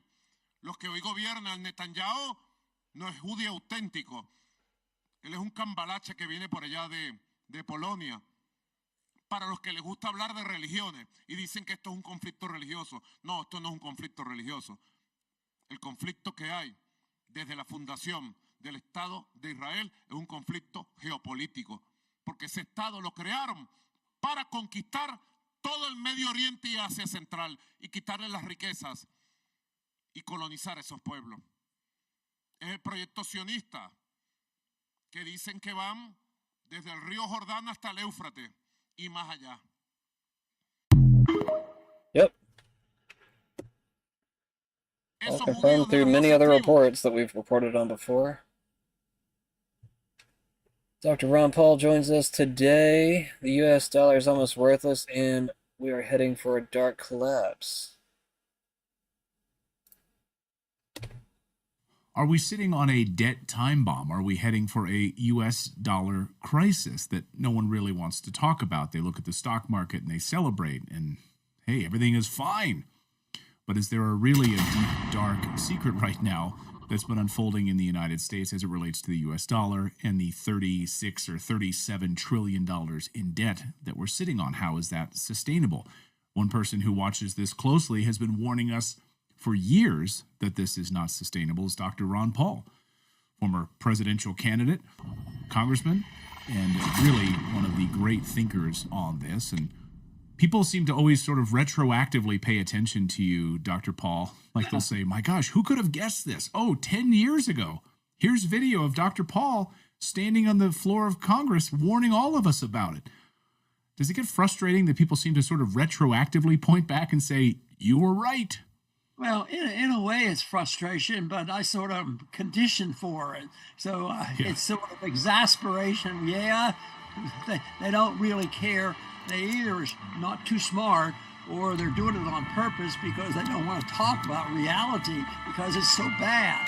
So it serves a purpose. If they knew, they might even, Republicans might vote conservatively. Now, if you're a good, solid Republican voting the Constitution, you're the worst guy in the Congress, taking on the establishment. And the other thing that people don't want to recognize is, the difference between what was promised in the Republican campaign versus what Biden was doing is dramatically different. Don't argue that there's not much difference. And in a way, I had to reassess thereafter. I said, well, maybe I should quit saying that because, it sounds like there could be a difference. But, now I'm less likely to say it than ever. You always look for something that might be different. But, it's a bipartisan issue. They want spending.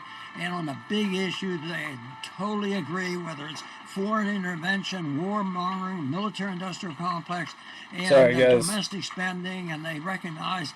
This game locked up again. I forget it locks up when I try to switch it to... The hell?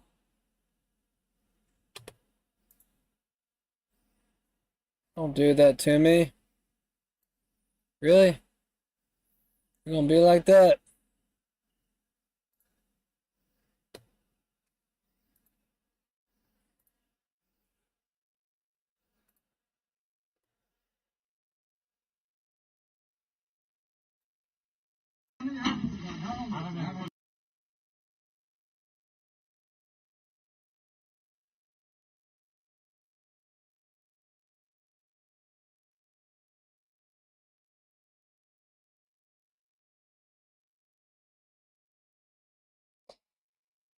Alright, we're gonna do something funny after I talk about this. I was actually gonna name today's video something completely different, but I decided to talk about this since, well, it's just kind of like what's popular at the moment within the news and what everybody wants to talk about. Saying stupid shit like this just make people dig harder. Is that the point? Yeah, Trump went pretty berserk on his supporters over the weekend. What's going on with my boys, and in some cases gals? They're all going after Attorney General Pam Bondi, who is doing a fantastic job. We're on one team, MAGA. I don't like what's happening. We have a perfect administration. The talk of the world, and selfish people are trying to hurt it all over. A guy who never dies, Jeffrey Epstein. For years, it's Epstein over and over again. Why are we giving publicity to files written by Obama, crooked Hillary, Comey, and Brennan, and the losers and criminals of the Biden administration, who conned the world with the Russia hoax, 51 intelligence agents, the laptop from hell, and more. They created the Epstein files just like they created the fake Hillary Clinton, Christopher Steele dossier that they used on me. And now my so-called friends are playing right into their hands. I want to try one more thing real quick. There is something that's kind of weird about this this game. Let's see if I can optimize it real quick. I have not seen it on my optimization list though. And for some reason it's not popping up. It's not letting me optimize the settings to this computer. It's part of the reason why I can't go full screen. It keeps crashing for some reason whenever I try. Anyways, I don't feel like reading all this. It's just kind of like just a load of crap. I don't think anybody really believes that Obama and Hillary Clinton created the Clinton files. I mean, if they did, then they probably just committed the crimes, and that's how they committed the files. At least that's how I see it. At least that's how I read this. I'm just kind of like, yeah, I mean, yep, they did kind of create the files, but it's through their crimes. But anyways, I don't know. Here's something funny.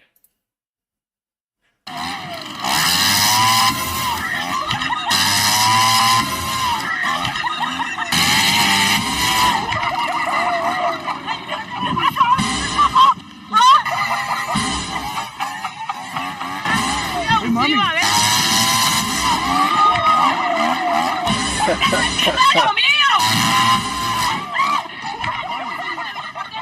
Espera un momentito, mami. Está tantito trabajo.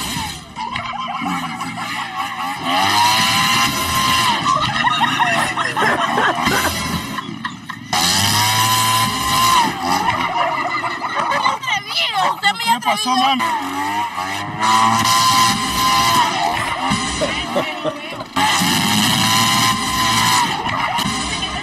¿Qué te pasa? ¿Qué te pasa? Oiga, amiga.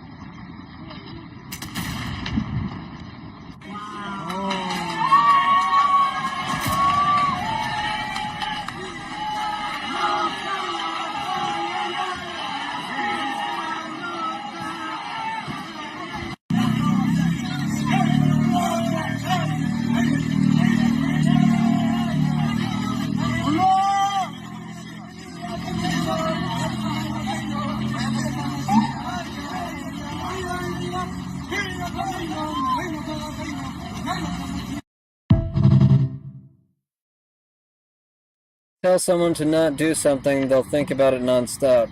Trump calls for MAGA base to end Epstein Files obsession. Yeah, not gonna happen. Audit the Fed. Trump budget chief Vaught ramps up criticism of Powell vows investigation of the Federal Reserve. Probes Fed renovation cost as grounds to remove Powell. Trump administration escalated its criticism of Federal Reserve Chair Jerome Powell in July 2025 by accusing him of violating government regulations and providing misleading information to Congress regarding a $2.5 billion renovation project at the Fed's headquarters. This escalation followed Powell's June testimony revealing changes to the renovation plan for the nearly 90-year-old Mariner S. Eccles building, and accusations he misled Congress and violated government rules. So there's much more to this whole divide with Jerome Powell. It looks like this is just maybe the beginning of investigations into the Federal Reserve, at least the chair for the moment. All right, I do want to get into this game.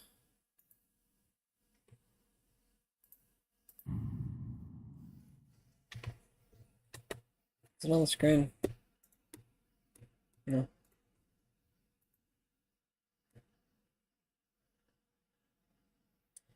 I'll also show, that Trump has a lot of photos with Epstein, it seems, and I'm pretty sure most of these are legit. They're not AI. Some of the photos that have been circulating have been AI.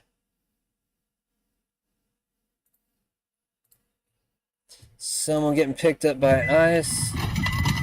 They literally just surround the entire car with other trucks and vehicles, not allowing them to leave. Shut the car off! Shut it off! Out of the car! Out of the car! Stay there! Stay there! I got one! Hey, put your hands! I got one!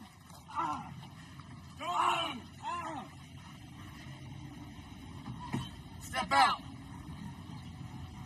Breaking news about the Epstein case. Turns out there is no client list, at all. Seriously, they sure fooled me. Shapiro-Stein, take it away. At Epstein Island, it turns out all of the people that were trafficked here just didn't exist. After all, the dude isn't even alive to tell us anymore. Jenny, back to you. We're here outside of that dude's wife's prison holding the first person ever to be convicted of trafficking to nobody. I'm here with Ghislaine, serving 20 years for having imaginary friends, thousands of Epstein victims, but zero clients. How are you? I 100% deserve this. True. Where's the client list? Israel is our greatest ally. Anyways. What do you think of the verdict? How about ask how much I got paid? No other comments. What do you think of this? Sometimes you have to just let that long arm of the law all the way into the back of your colon and just let it marinate, What the heck? Sounds like we could use another Luigi, if you know what I'm saying.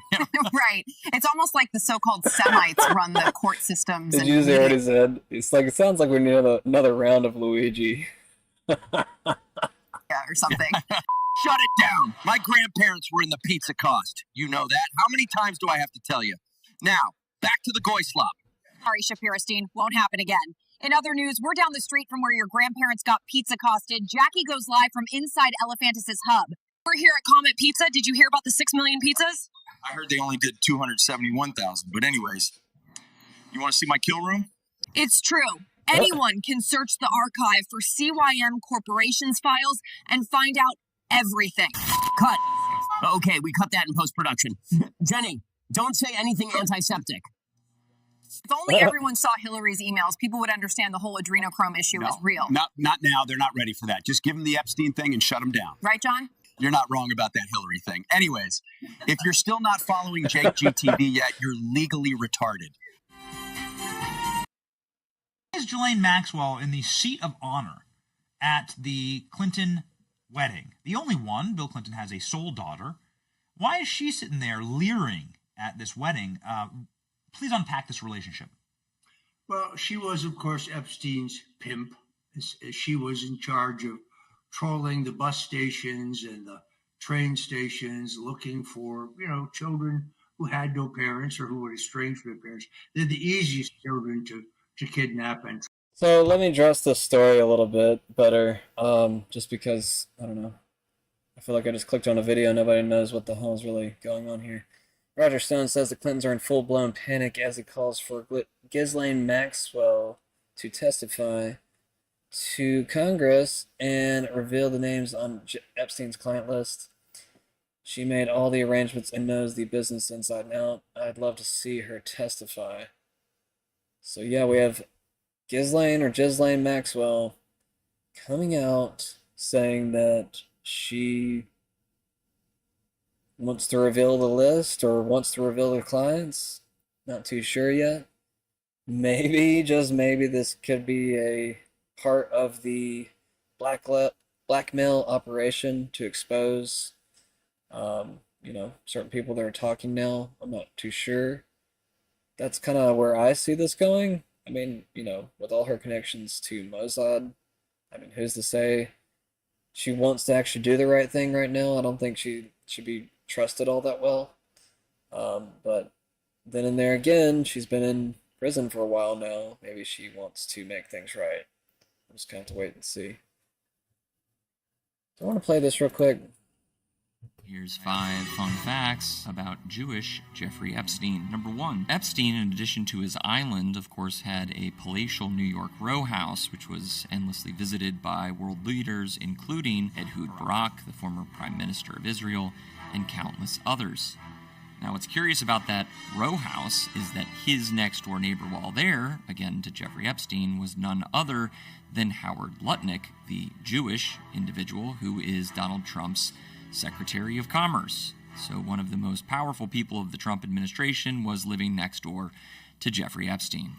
Number 2, Ghislaine Maxwell, the famed right-hand woman of Jeffrey Epstein, also Jewish, is of course photographed endlessly with people like Donald Trump, with Elon Musk, with Hillary and Bill Clinton.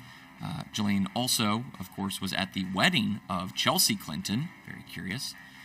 And Ghislaine Maxwell's father, Robert, was not only an Israeli super spy, there's an entire book about his esteemed life doing so and spying on behalf of Mossad and Israel, but also a billionaire whose personal friend, Samuel Pizar, happens to also be the stepfather to none other than Secretary Anthony Tony Blinken, who under the Biden administration many people claimed was running the country. Joe Biden's children all married Jews. Kamala Harris married a Jew, but the person running the country not only was Jewish, but also a longtime family friend of none other than Robert Maxwell, father of Ghislaine. Number 3, Peter Thiel, who many individuals recognize as the groomer of J.D. Vance. Not only did he fund his rise to political prominence, but also employed him at multiple companies prior to doing so. Now, Peter Thiel, obviously the funding behind Palantir, with its Jewish CEO Alex Karp, which was recently given massive contracts from the government to build databases on all U.S. citizenry, which should give us pause. But prior to Palantir, Peter Thiel was involved in endless Silicon Valley startups, including Carbine 911, which on its board of directors included Ehud Barak, who we previously mentioned visited Jeffrey Epstein's home, and in addition also had monetary ties to none other than Jeffrey Epstein himself. Not only is the Trump and Vance administration tied directly to Epstein, but so was the Biden administration, the Trump administration, the Obama administration, and all the way back to the Clintons. So for 25 plus years, this has been a developing, blossoming relationship. Now in the present, why aren't we seeing these files released? Why aren't we seeing these people investigated? Kash Patel, whose girlfriend, prior to meeting Kash at a formal function, who happens to be half his age, 1,000 times his beauty, happened to work for PragerU, whose senior-most leadership of all places prior to PragerU was working for Israeli 8200 Mossad, the literal intelligence agency of the Israeli government. Rather curious. Which brings us to number 5, which is the extended Blinken family. because not only are the Blinkens directly connected to Robert Maxwell and family through Samuel Pizarro, we have Tony Blinken's wife, Evan Riley, whose grandfather is none other than James Rowley, the individual who was the head of the Secret Service during the Kennedy assassination. So what do we have? We've got world leaders that at every angle are tied into what appears to be a blackmail, bribery, espionage, and in some cases a assassination brigade that are out and at every turn have subverted the U.S. politicians and the U.S. government for the exclusive benefit of the nation of Israel, which might be why the United States has been doling out endless dollars not only to Israel, but also to Jewish leaders the world over, including Zelensky over in Ukraine, as well as Keir Starmer in the UK, both of those individuals Jewish, as well as the world leaders who are now in charge of El Salvador, Panama, Venezuela, Mexico, and countless other South and Central American nations, even those where Jews might not be more than one in every 50,000 citizens. So what do we have for Epstein? We have basically what looks like a Jewish intelligentsia that have been utilizing the Epstein Island as the latest rendition of the same blackmail, espionage, and bribery game that has been in effect all the way back to the assassination of JFK, which many mark as the turning point at which the United States was completely subverted by the nation of Israel and Jewish supremacy. She was making all the arrangements for him. She, again, by the Biden administration, she was charged with conspiracy to engage in child sex trafficking, but yet again, in her case, no other conspirators are identified. The U.S. attorney who handled the Epstein case and the Maxwell case and the P. Diddy case, another cover-up, all the same people. This is Damian Williams, the Democrat U.S. attorney in the Southern District of New York, and Maureen Comey, who just happens to be the daughter of one of the great orchestrators of the Russian collusion hoax, who himself, I suspect, will be facing charges very shortly. James Comey, the former FBI director. So I would really love to see Maxwell testify. I think we would learn a lot. But what we learn is going to exonerate President Trump. I'm sick of this claim. Oh, Trump is in the files. I've seen the files. Yes, it's absolutely true. On one occasion, Donald Trump and his wife, Marla Maples, and his daughter, Tiffany, flew from New York City, actually Teterboro in New Jersey, to Palm Beach on a Friday and flew back on a Saturday. That proves what? We have the testimony, both written and in a 6-hour interview I did with Virginia Giuffre, who said that Trump was only in Epstein's home once, and that was for a public event, for a charity event, and he acted like a perfect gentleman. There was some deposition material.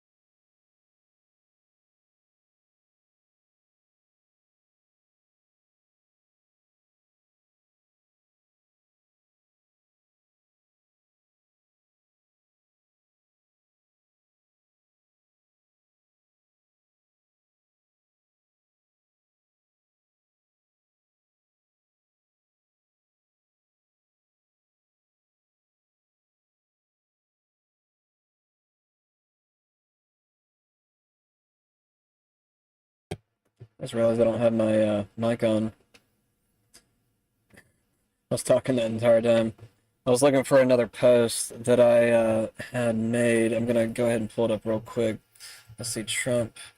I don't know, for whatever reason it didn't make it onto my page. Trump.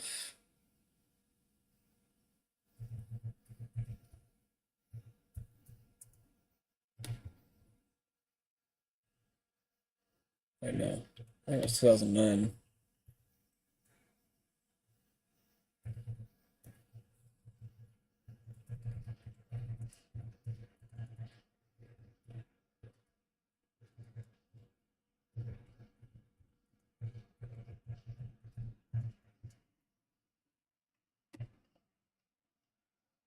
Yeah, this is it right here.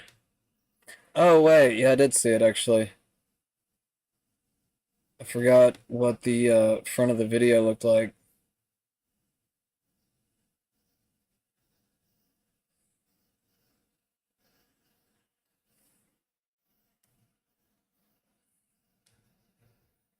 I don't know why I'm going to this again. Let's watch right here, dude. And this goes to the more salacious rumors, but I would like you to just, whatever you can say on it. Obviously, our current president has had relationships with Epstein in the past, and there are those, Katie Johnson and maybe other victims who have accused Trump of being involved in things like this. In my experience, Trump supporters will not listen to anything along those lines. Obviously, we're not a court of law here right now, but are those claims of that case was dropped? It was dropped before it went to court. In your opinion, as a lawyer and your experience, is there anything you can say as to the validity of those claims, or whether or not there will be any more about that? Nothing at all. The only thing that I can say about President Trump is that he is the only person who, in 2009, when I served a lot of subpoenas on a lot of people, or at least gave notice to some pretty connected people that I wanted to talk to them, he is the only person who picked up the phone and said, let's just talk. I'll give you as much time as you want. I'll tell you what you need to know, and was very helpful in the information that he gave, and gave no indication whatsoever that he was involved in anything untoward whatsoever, but had good information that checked out and that helped us, and that we didn't have to take a deposition of him. And that was in 2009? That was in 2009. So, do you know if there's any truth to James Patterson's claims that Trump kicked Epstein out of Mar-a-Lago? I've definitely heard that. Yeah. I definitely heard that, and I don't know that it was Trump himself as opposed to a manager there. Trump's club, so yeah, people credit him. I've heard the rumor that Epstein was kicked out of there for allegedly trying to pick up somebody's daughter, something like that. But I think I did chase that down as far as I could, and never was able to confirm it. But I heard. I'm on the same boat with that. Okay, so that's an attorney for the victims that were being represented for the earlier cases back in 2009. I feel like that's a very reputable source to kind of base things on. Now, it doesn't clear Trump entirely. Even Roger Stone mentioned that there was a flight that might have been, I don't know, I assume that maybe they might have used Epstein's plane to get back and forth that one time. I'm not too sure, but maybe that's why he might be mentioned in the logs, the flight logs. I think that's what Elon is playing off of, actually, just to go ahead and let everybody in on what I think this whole situation is. I think Trump is on the flight logs, and I think we've kind of known that for a while, but that doesn't mean that he went to the island. That doesn't mean that he did anything. So, why would he want to help out the victims back in 2009 for this particular case? But anyways, I'm going to finish this with this last vid right here, and then I'm going to jump straight into the game, because I've gone well over today, straight into 2 hours of a video, longest news video I've ever done. But yeah, we're going to get into the game right after this. Who did you not at all trust, even though you had to work with them? The Israelis. You didn't trust them? Not as far as I could throw them. We don't allow the Israelis into... So that's John Kiriakou. He's an ex-CIA officer. CIA headquarters, because... Who did you not at all trust, even though you had to work with them? The Israelis. You didn't trust them? not as far as I could throw them. We don't allow the Israelis into CIA headquarters because they would always come with gifts, and the gifts had always listening devices packed inside them. And, you know, somebody brings you a gift, you x-ray it. It's the normal process. And we're like, you guys can't keep coming back here every single time trying to bug our conference room. Distract target. So, no more. What percentage of the time the gifts have bugs in them? 100%. Be quiet. No, seriously. Are you kidding me? Absolutely not. I wish I was. 100% of the time they brought gifts that have bugs in them. Yeah. We had a safe house in Virginia, and we would meet with them there. John, was that across the board with everybody that didn't trust them the most? We can What percentage of guys you work with didn't trust them? 100%. I'll give you another example. Okay, give me one you trusted the most. The Brits. I worked very, very closely with the Brits. Why were they easier to work with? Because heel kick to our national interests are so closely aligned. Waste eliminated. Optimus rollout. Productivity boost. Federal debt curve reversed. Let's get this party started. They call him the Rainmaker. First, distract now target. he's lasting suggestions that his company may be linked to the catastrophic Texas floods. Cloud seeding had nothing to do with the remnants of Tropical Storm Barry that caused flooding in Texas. Augustus Dorico's company specializes in cloud seeding. That's when particles are released into the clouds to try to bring about rainfall during drought conditions. The company, named appropriately enough Rainmaker, conducted cloud seeding in Texas for a local nonprofit 2 days before the flooding. But they say they stopped all operations when the forecast called for stormy weather. Now, wild conspiracy theories are being spread about the company falsely and without any evidence, claiming it might be linked to the deluge. Cloud seeding is responsible for flooding, goes one typical comment. Republican firebrand Congresswoman Marjorie Taylor Greene posted, "We must end the dangerous and deadly practice of weather modification." Dorico rejects the idea that the Texas floods may be connected to his rainmaking operations. I feel horribly for the people of Texas that were affected, but not because Rainmaker had anything to do with it, not because cloud seeding had anything to do with that. Is cloud seeding capable of creating these kinds of floods? Tropical Storm Barry precipitated trillions of gallons over Texas. That is about 1 million times larger than what cloud seeding is even capable of. Meanwhile, we're hearing a firefighter's dramatic emergency call made in the early hours of the floods. We still have water coming up. Is there any way we could send a code red out to our Hunt residents asking them to find higher ground or stay home? Stand by. We have to get that approved with our supervisor. That red alert was reportedly not sent out for another 90 minutes. Did they push the button to issue an emergency alert? Sir, it's not that easy. You just push a button, okay? There's a lot more to that. And we've told you several times. Did it happen? I can't tell you this time. Hey, Titi Tommy.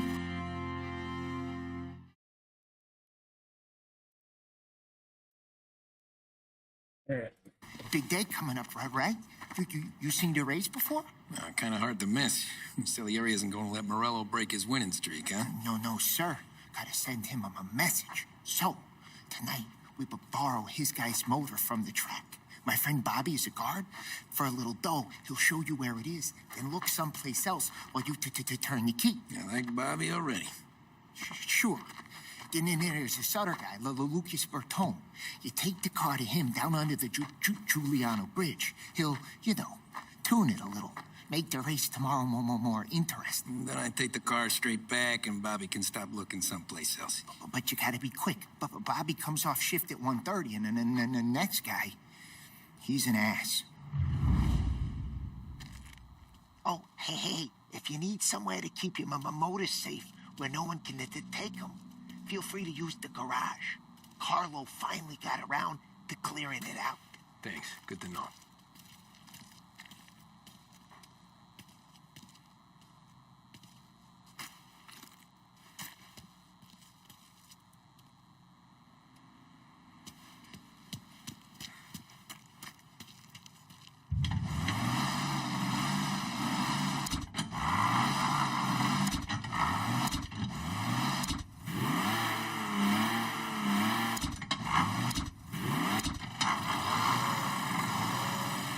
Got no braking.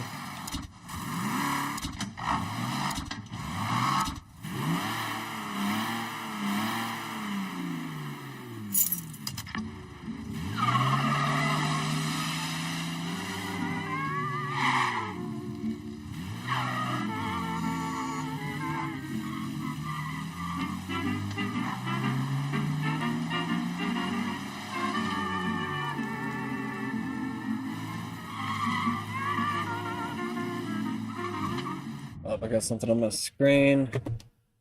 What is this crap? Get off. I don't think this is an Ubisoft game. This program's popping up. Get out of here. Fix this one. I'm thinking about it too. Not you.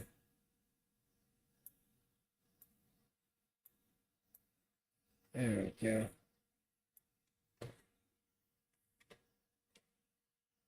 Oh, my screens got resized. There, we're doing good now. Close some of these other windows out. News, and we'll be good to go. Just because I want everything to be smooth. Alright.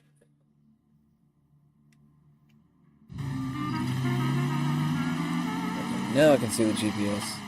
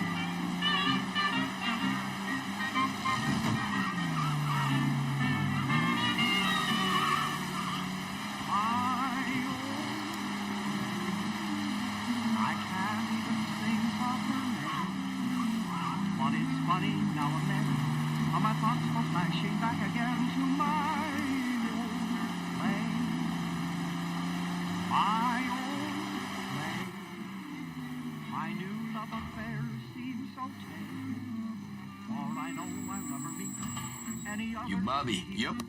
We can take your car to the garage. Place is empty. Any friend of Ralphie's a friend of mine. I mean, if you got the money, sure.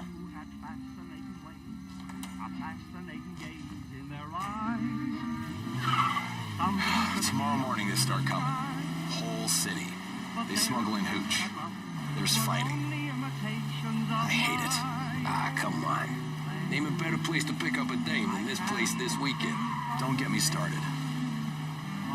Things I've seen. I'm glad I picked this car. Huh. A little rough on the brakes, but... Oh.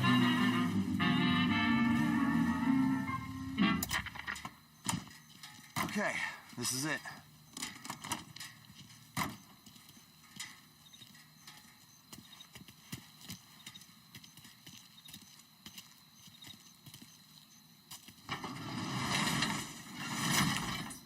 Here she is. This is what I'm racing with? Carazella C series. Best in class. It's a shame you gotta wreck it. If they see this on the road, cops are gonna ask questions. When they catch up, sure. Try to keep it in one piece too, huh? So, I gotta be back from Bertone by 1:30 before the next guy's shift. Yeah, he's an ass. I heard.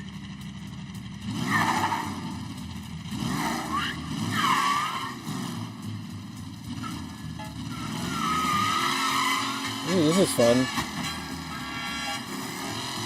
Oh, time remaining. Hold on. Oh shit, dude. Oops. Hold up, can I restart?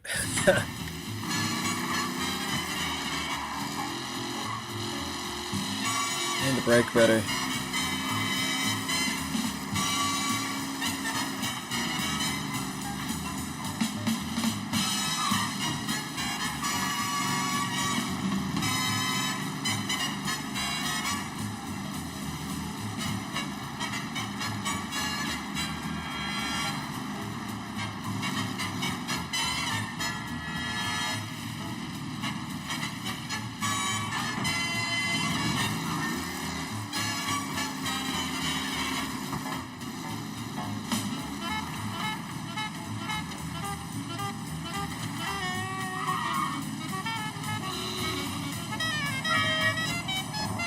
No, I didn't mean to do that.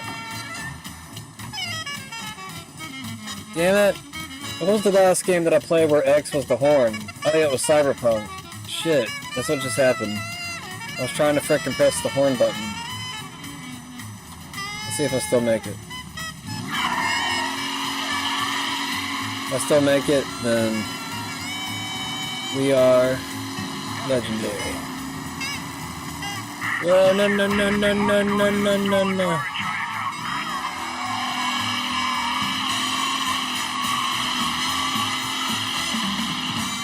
Oh shit, go this way.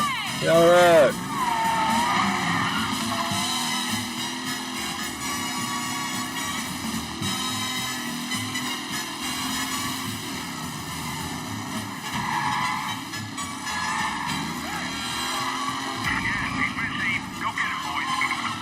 Can't keep up with this.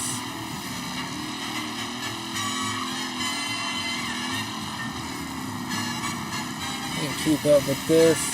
Am I still going the right way? Oh shit, oh shit, oh shit, oh shit. Damn.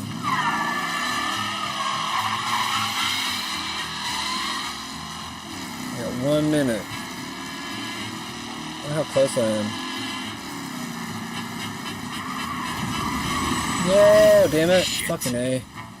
Oh, fuck. Okay, well, I kind of want to start over anyways. Alright. So we definitely got to slow down a lot further in advance. These tires are not that great. It's fun though. Alright, even for like stuff like this, I gotta brake. Oh, no, no, no, no. Shit. Alright, that didn't hurt. We're good. Right.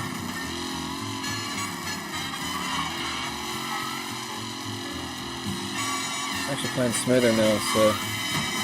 Oh shit, oh shit. What the fuck? Damn it. Alright, that didn't hurt that bad. Yeah, out of the way.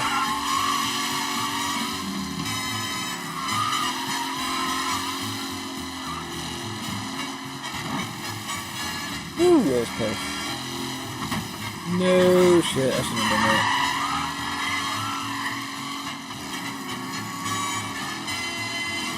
Oh, there's so many more cars now. Shit. I see this. There's like so many more cars this time. Holy shit. Oh hell, oh hell, oh hell. We both try to dodge each other, but that's sad.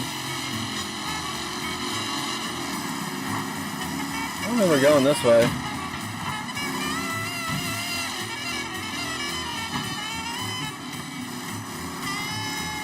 Get out of the way. Get out of the way.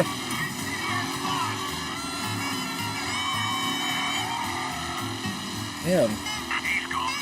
I don't know. I wish I lived in the Mafia days and could drive one of these things now. Is this the 1930s? What just happened? Loading screen.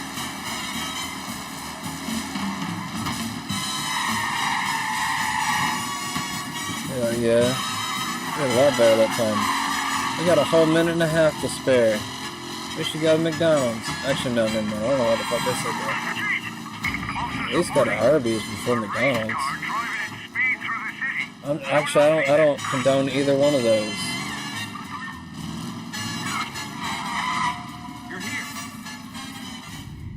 Did it. Lucas Bertoni. I like my main character. Oh, ain't she a thing of beauty? Very suave. Hey, We don't got too much time. Sit tight. Come on, Johnny. Hello, you.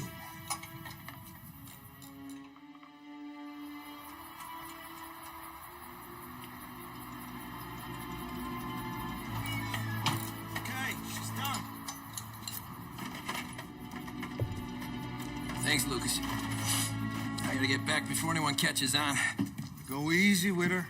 She's gonna misbehave. Hey, tell Mr. Salieri I'm always available for this kind of work. I do stuff for a lot of people, but I always know where I stand with you guys. Hot cars, getaways, anything for the right price. Let's just hope Salieri's guy wins tomorrow. For all our sakes. Okay. Drive careful. Hell yeah!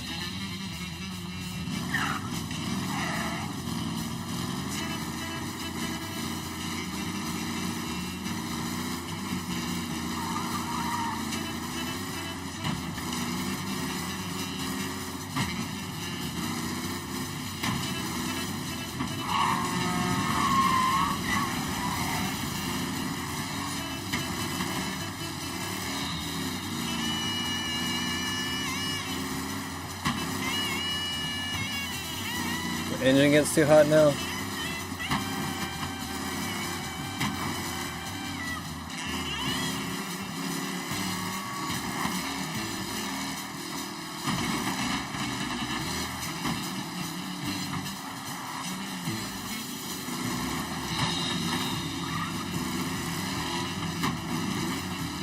What the fuck? Hello.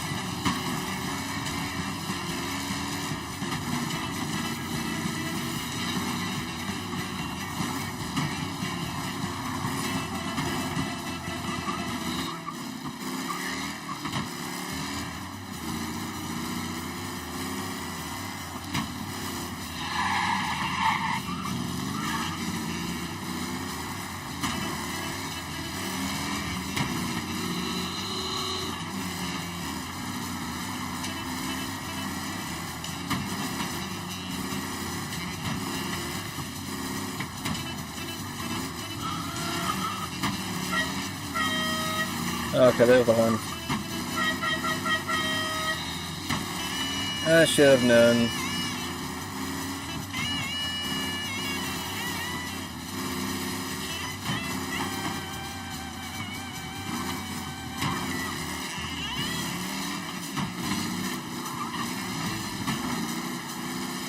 You did it!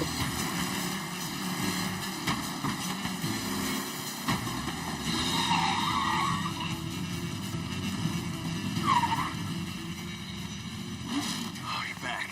Thank Christ. Good to go. Drives like a jalopy. Okay, let's get out of here. Big day tomorrow.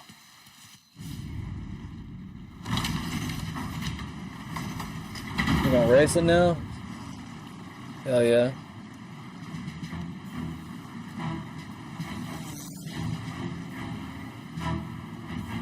So Sam walks out of the bathroom, and I'm praying he's got a piece on him, because I'm not sure the bartender's going to hand over what he owes. And his two sons, they're inching closer. I can hear them cracking their knuckles. They're both 7 feet tall, built like brick shithouses. What were you carrying? My dick. That's right. This crazy bastard, he waltzes out of the bathroom, just starts pissing all over the joint. Really? What, he didn't call the cops? Nah, sometimes you just gotta make them think you're crazy. You got a moment? Sure, Frank. We've got a bit of a situation. Is the boss okay? Oh yeah, it's nothing like that. Mikey Dunn, our driver. Some of Morello's guys roughed him up pretty good last night. Broke his arm, broke his jaw. Sent him to the hospital. Jesus. Yeah, tough luck for Mikey. Anyway, you're going to race for him. Wait, what? Frank, I Tom, don't know. there's a half hour before the starting gun goes off, so this is not a discussion. The Don wants to win, but more importantly, he wants Morello to lose. And you are our best wheelman. Otherwise, I'd be talking to someone else. Yeah. Okay, Frank. Good. Rafi has the car gassed and ready. Get to the track right away.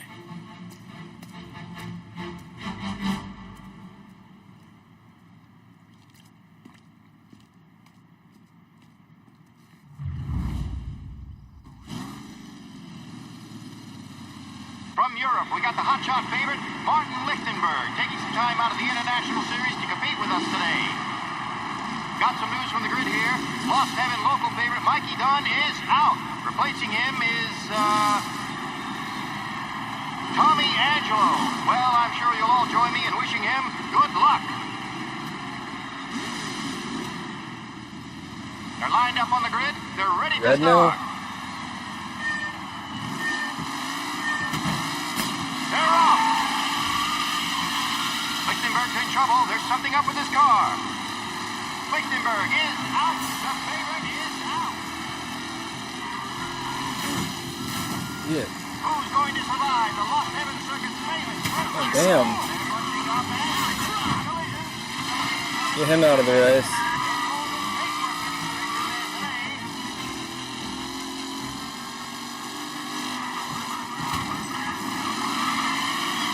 Alright, there's my brakes. Can't just go into every curve like an asshole. Everybody out of here. Oh, a nasty collision at the back. Not pretty at all. Get out of here. Get out of here. A real battle between Garcia and Jackson brewing here. Glad there's no damage on the vehicle. At least I don't think there is. Kind of doing it on purpose to some degree. Fourth position. Alright, we're gonna go right. Oh, fucking A! What the hell? Alright, that was fun. We still got 3 laps. Alright, I'm gonna like overlap these guys here in a second. I'm actually kind of glad that I'm messing up a little bit because it gives us something to work against. Get out of here, bro. You're linking up your tires with me. I like this. Do you actually have racetracks like this back then? That's pretty cool. I'm gonna talk shit about the 30s, 40s, and 50s, but this is back whenever shit was unregulated. Of course, we're a lot more scared. Oh, that was fun. Alright, come on. Accelerate. Here we go. Here we go. Right. Get off me. Stop knocking on me. Get off me, dude. We got this. Still gonna make it. I'm so much faster than everybody else, so I'm not gonna be able to handle me, especially on this curve. I don't know, maybe. Alright, come on, bro. Gain on them. Gain on them. Next curve. Shit. Right, keep going, keep going. The new driver, Tommy Angelo, is near the front with no sign of losing position. Oh, fucking A. Some rough racing out. Damn. Why did it flip me backwards? Alright, well. We're gonna get really far ahead this time. I didn't flip the other guy backwards. Maybe I was going too fast. I don't know. We got the hotshot favorite, Martin Lichtenberg. This is before they started putting the what do you call it, spoilers on it. Lost Heaven local favorite Mikey Dunn is out. Replacing him is Tommy Angelo. Well, I'm sure you'll all join me in wishing him good luck. Yeah. They're lined up on the grid. They're ready to start. They're off. Lichtenberg's in trouble. There's something up with his car. Lichtenberg is out. The favorite is out. Who's going to survive the Lost Heaven Circuit? They're bunching up and Actually helped me out a little bit.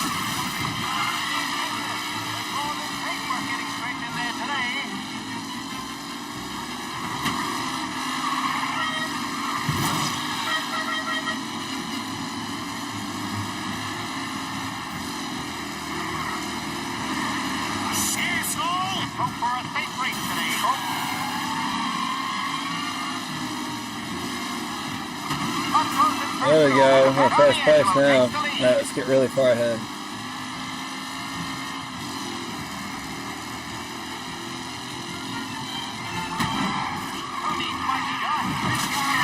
Yeah.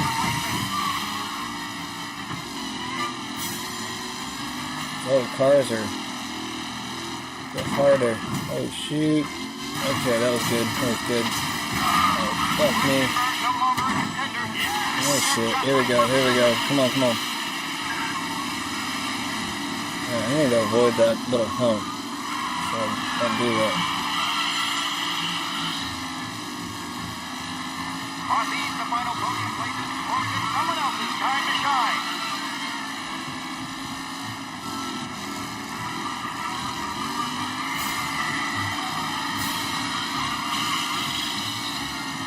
Man, he's like pretty fast.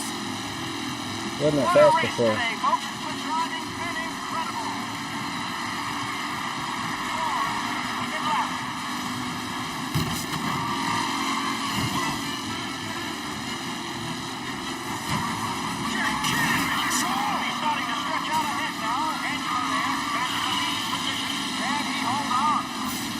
Damn, I'm smoking a little bit. I don't like that. Yeah, I'm gonna have to hold on. Come on, man. Keep going. I'm smoking. I don't like it. I should be the only one that's smoking, not this car. I don't like you smoking without me. Ah, shit. Oh, fuck. Here we go. Keep going, keep going. Get far ahead, bro. Far ahead. Here we go. Here we go. There we go. There we go.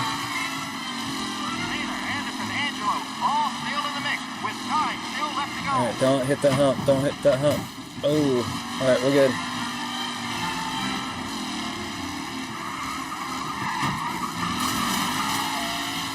Going. We're good.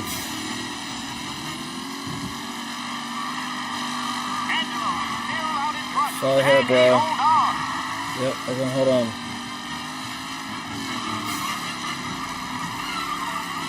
I like that turn right there. It really helps. Full acceleration on that turn. Now we're getting farther ahead. Here we go. No screw-ups, bro. No screw-ups.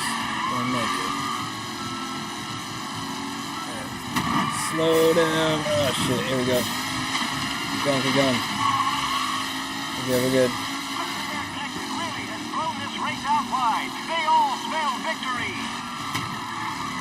Here we go, here we go, here we go.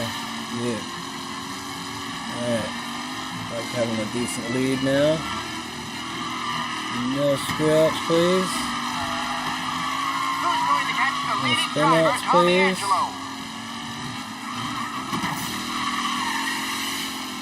Done.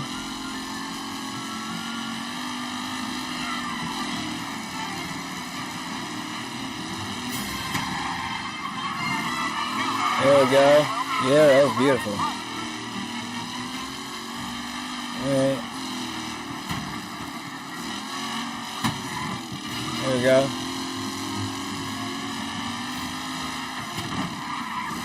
There we go. Yeah. Pretty pretty. Now we're getting the hang of this car. Yeah. Yeah.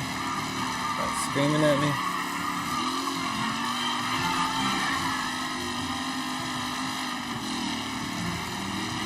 Hell yeah. And we win. Probably had like, I don't know, 3 to 4 second lead from everybody.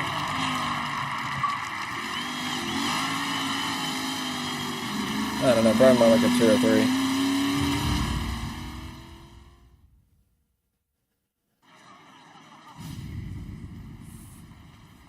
Hey, Tommy! There's our winner.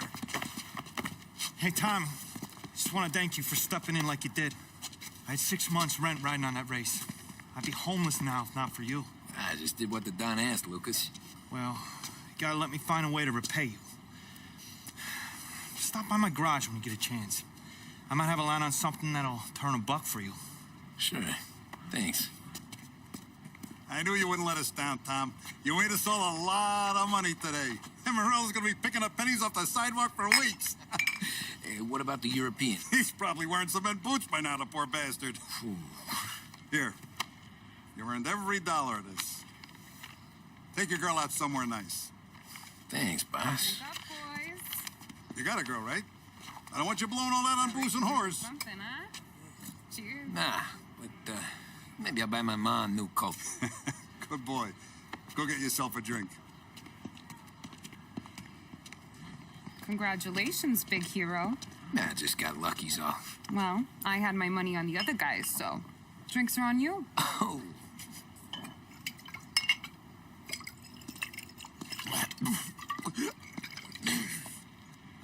There. Now you're ready for the pictures. Thanks. And hey, when you're done celebrating, you might want to go find your buddy Paulie. He's so drunk, he's gonna get hit by a parked car. Yeah, okay. I'll get him home safe.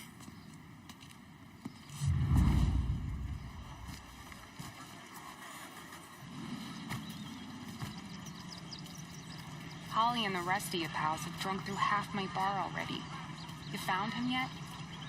That's all for another year, folks. Track will be open until 6. Please leave when requested. Made that well easy to Tommy. When they started racing here 20 years ago, most guys didn't even make the finish. Ah, magic's in the motor, Ralph. I just showed him where to go. Hey, you seen Paulie?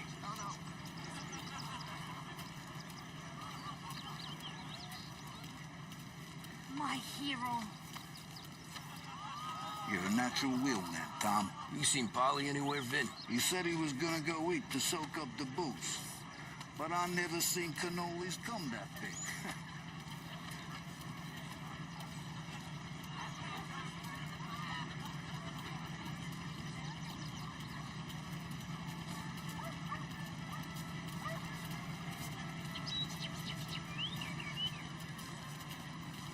That win just put my daughter through another year at school, Tom. Hey, anything for the Colettis. Well, enjoy the moment. But the deal with Paulie before he embarrasses himself and the family. Great race, champ. I will not let the boss's day end sourly. You don't have to worry, Frank. I'll find him.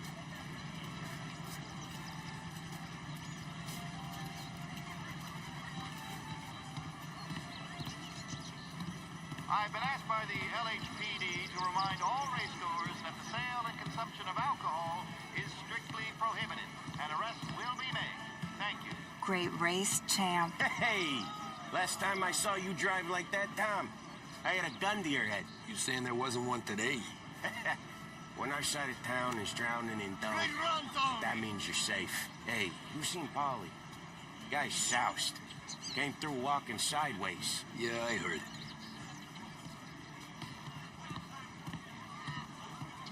This your first time at the track?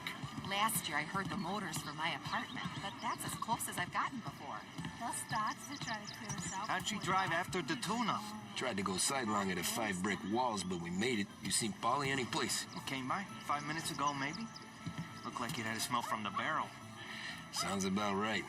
Thanks, Lucas.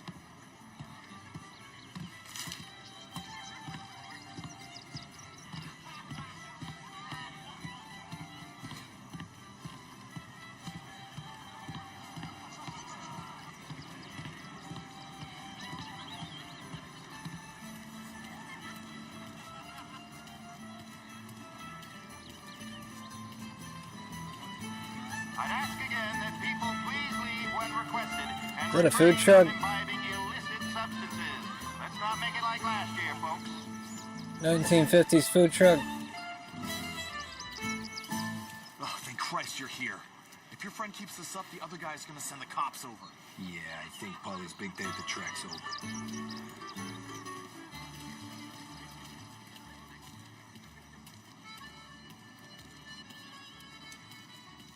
Cow says moo and the chicken says quack. What does the bird say? I don't know, but the security guy back there says you gotta go home. Guy's an asshole. You should show some respect. Well, that's true, but I'm saying you gotta go home too, before you resurface the pit lane. Okay then. I guess. Let's go, champ.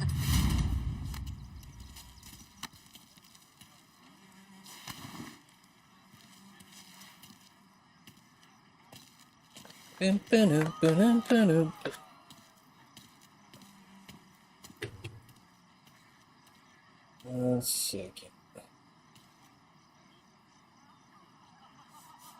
Alright. Let's play. Where are we at? Oh, okay.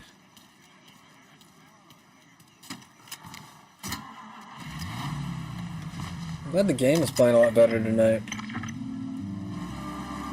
You did real good today, Tommy, with the driving. I was right. I was right when I found you. You know what I said? What did you say, Polly? I said, this guy can drive. Don't tell Harry. This is a guy who can drive. And here we are. Here we are. Right here. That's where we are. You put me to shame, Tom. Look at you. Now you're even some kind of race car driver. We all got our... You're doing real good since you joined the family, but you know you got it easy, right? Me and Sam, we keep the real stuff from you. You really gotta stop in the road like that, bro? You don't know what it's like. You get the call to see the Don and your minds race. Doing some bad shit, Tom. We're all in this together. I do what the Don asks when he asks it. Just like you. You're like me, you can't just shut it down. Wanna get out like Sam does. Go home to... Where the hell he goes home to? Polly. Get out of the way! You're gonna have to clam up for your own sakes. Yeah, you're right. You're right.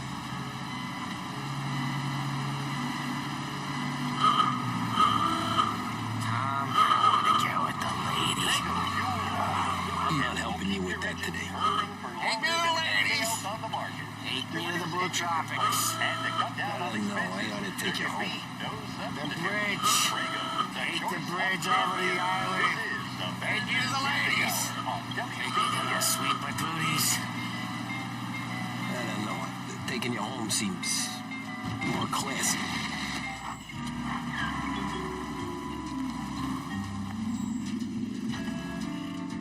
Home?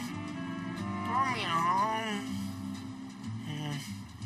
Maybe that's, yeah, a good idea.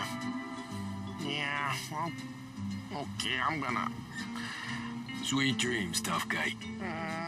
I'm gonna, yeah, I don't feel so good.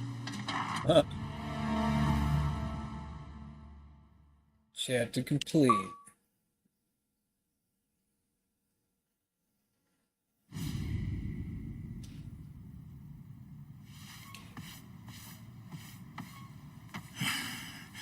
Hey, that's the call, Tom. You want anything else? Nah, I'm heading home. Hey, Tom, before you go, I ask maybe a small favor. Huh? Sure, Luigi, what do you need? Welcome my daughter home. Sarah? The way I hear it, she doesn't need any kind of escort. She's a tough.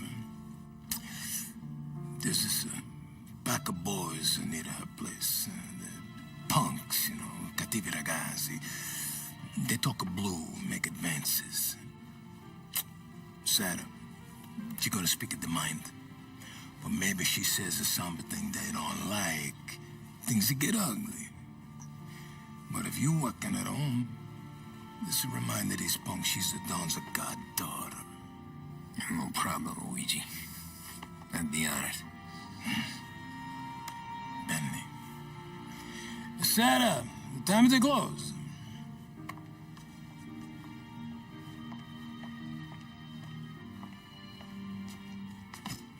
What's this then? Tom's gonna take you. All right. Hey, I just work here.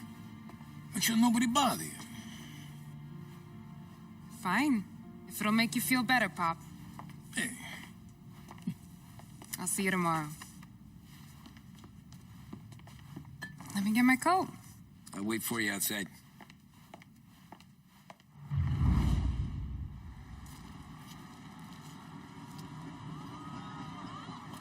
okay? I don't need anyone walking me home. Hey, we were talking about meeting up tonight anyway. I guess. And you can quit worrying about what he's gonna think. Not the point, Tom. He treats me like a kid sometimes. Hey, I get it. He's protective. He's seen things. We've You all walked seen into us. You know, we gotta talk about you stealing food. Hey, I cook it, so I get to say where it goes. Wally won't thank you. Well, maybe tomorrow's finally gonna be the day he fixes his own breakfast. Where you going? Are you right here? I didn't have to drive her home? Could you knock on the door? Only got so many hands here. Who's in your apartment?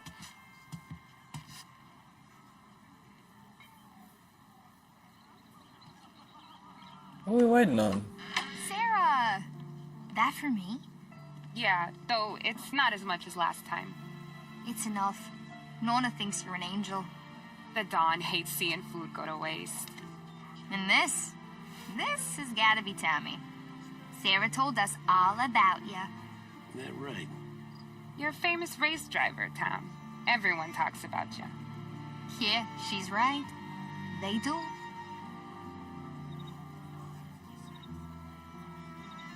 Well, anyways, don't let the cold in, Juliet. I'll see you at church. All right. Have a great evening. Night. Buena noche, Tommy. Hey, Mama. Your angel Sarah brought more food.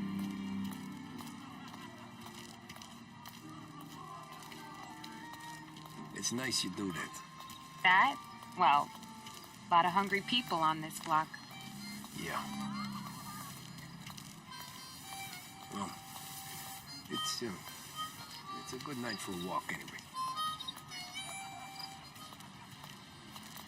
Don't get yourself killed on my account, Tom. I try to avoid it. That's all you got? You spend all this time with a lady killer like Sam Trapani, and the best line you got is, "Good night for a walk anyways"? Well, it is, ain't it? Yeah, I guess so.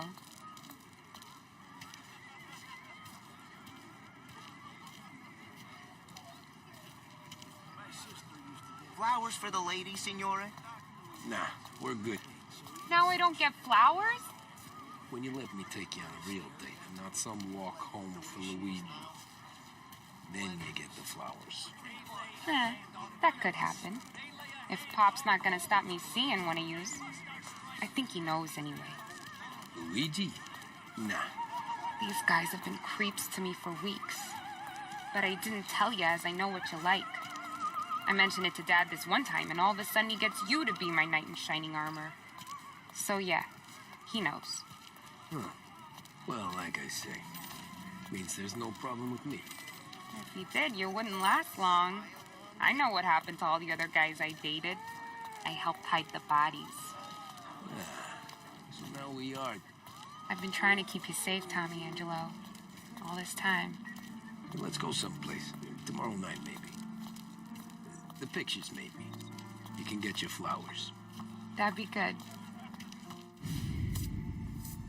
Oh! Hey there, darling! Are you stepping out on us? Piss off. Don't cast a kitten, dollface. We'll let your boyfriend watch. What do you say? We going to have trouble here? Trouble started back when you tried to steal our girl, Chief. You saps aren't careful.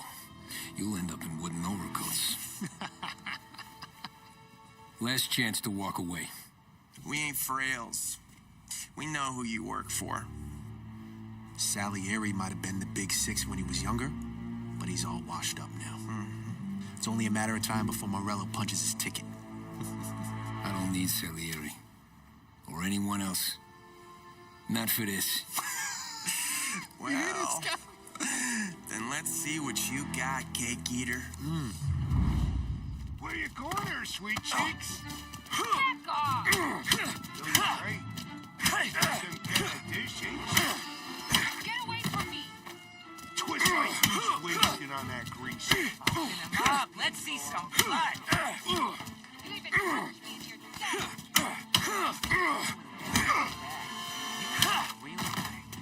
I'm not the kind of stain you mess with, pal. Come on, this stuff must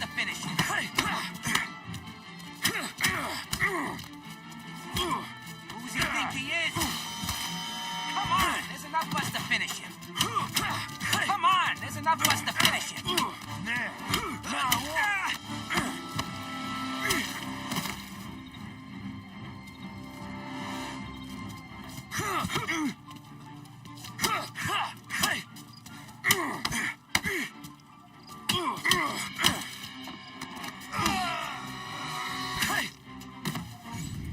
Tommy!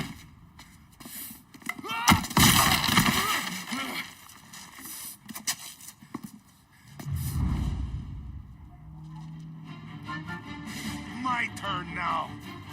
Hope you're better than your friends.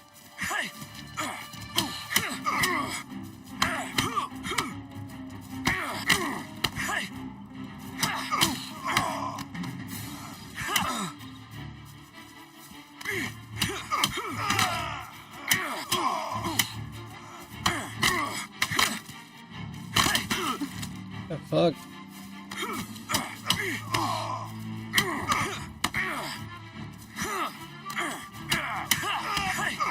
Got him. That's what I got, you son of a bitch.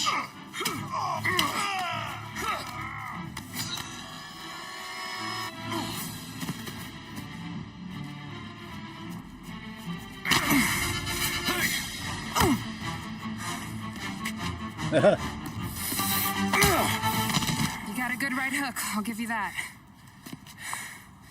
You're bleeding. Come up to my place. I'll take a look.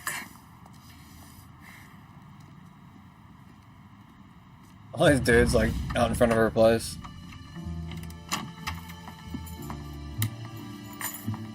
Big Well, ass you gonna come in and doors. take a load off or what? Damn. I'm wondering when you'd invite me up. The bank's closed, Slugger. I'm just gonna patch you up is all. Now go sit down on the couch, roll up your sleeve. I'm getting my sewing kit. Bank's closed. Trying to shut me down. Doesn't look too bad. You need something for the pain? No, I'm fine. You don't have to do that. What? I can see it fucking hurts, Tom. You want to pretend it don't go? Ask Polly to staple you up. What do you got? Compliments of the Don.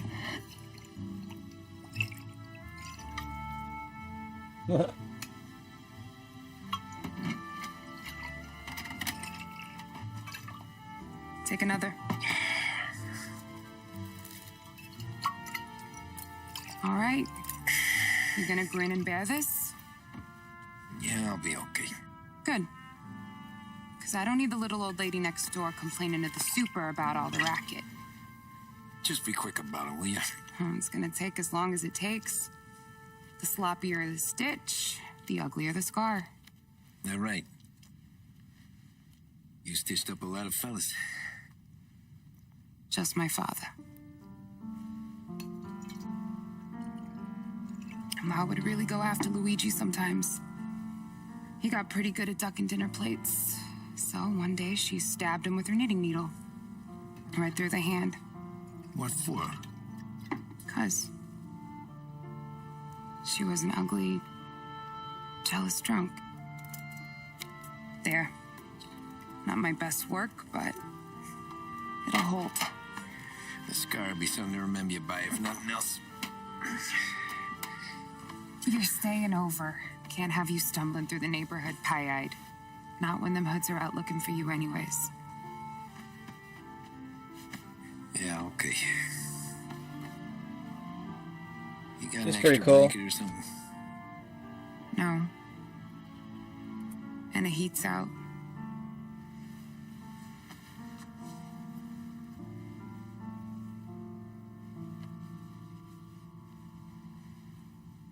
Eso todo.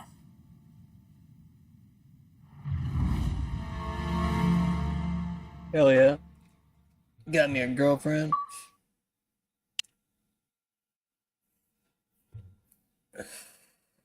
Mission complete. Got me a girlfriend. Better get used to it. This can't stand. Sarah's okay, boss. I took care of it. She started working here before she could see over the bar.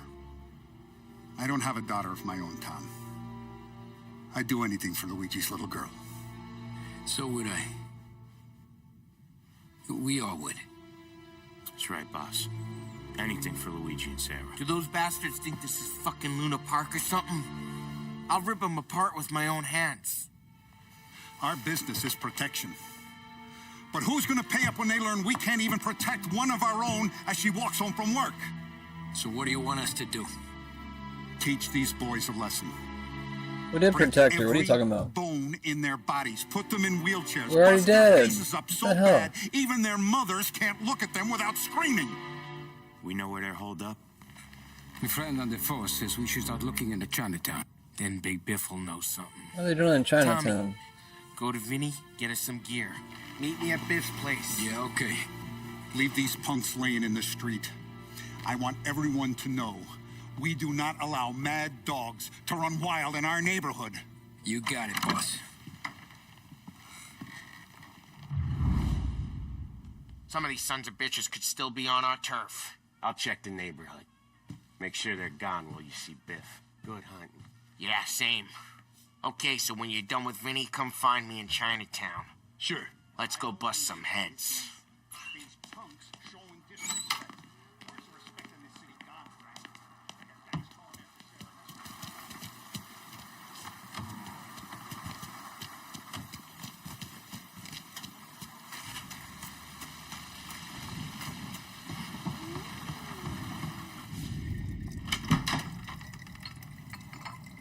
Hey, here for some heaters, Tom? Nah, I'm already going and healed. Paulie and me, we gotta give a beating to some punks who've been on our turf.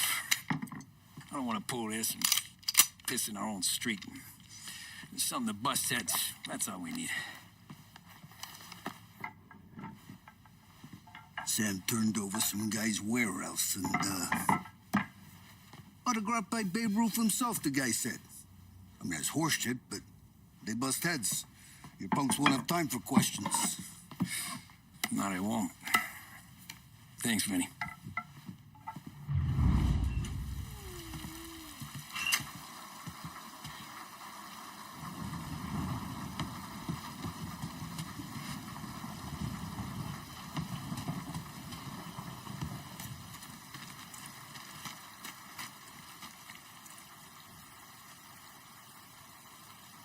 I don't remember how to pull up the wheel. I guess I can't do it right now. Where am I going?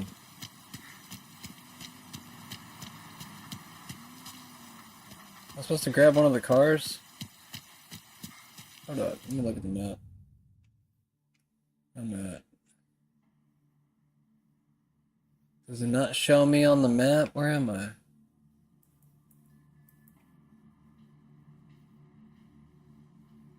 What?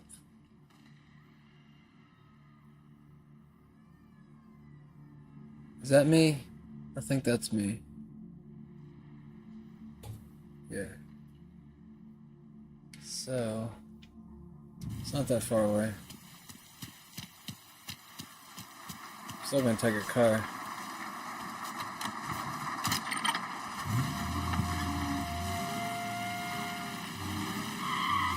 Now, a news report on the rising crime figures and the reaction from the governor's mansion. The numbers state in black and white that crime is on the rise all over the state. Many commentators are blaming the rise in criminality, thievery, racketeering, and other gangsterism on the economic downturn and resulting social deprivation.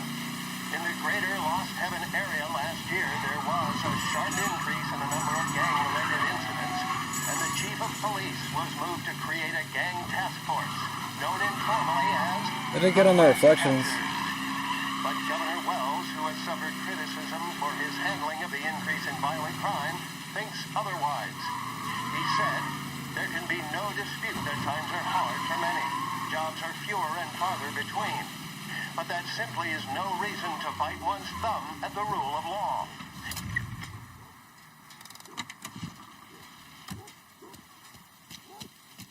About time. Come on and wet through. Why Biff moved into this dump, I'll never know. Give him a break. He's in love. Nah, he got yellow fever that time we boosted the Shanghai skin flicks. Well, I like her anyways. Problem with you, Tom, you always soft with the dames.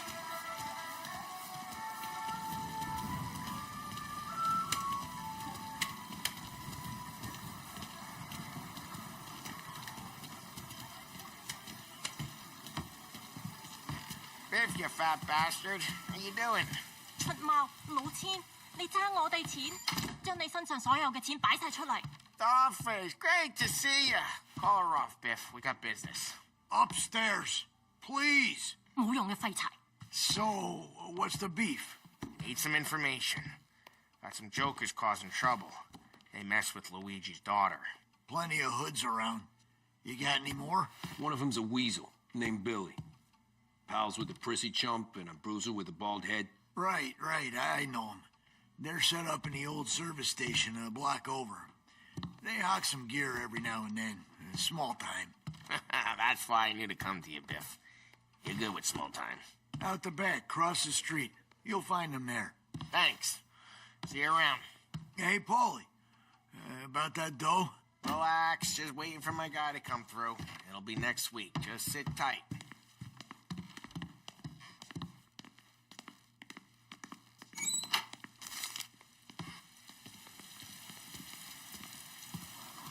What was that back there? You and Biff got something going on. Guy I know is bringing in a shipment of suits. Classy ones, Mexican. You getting suits from Mexico? No, idiot. The suits are boosted from a lockup downtown. The tailor is from Mexico. Originally, anyways, he lives in Holbrook. Did Don know about this? Yeah, he'll get his cut. You just keep this under your hat. I guess I heard nothing. You gonna know these punks when you see them? Yeah. No, I guess if I don't, all we gotta do is find the other guys in Chinatown who look like we do. There it is.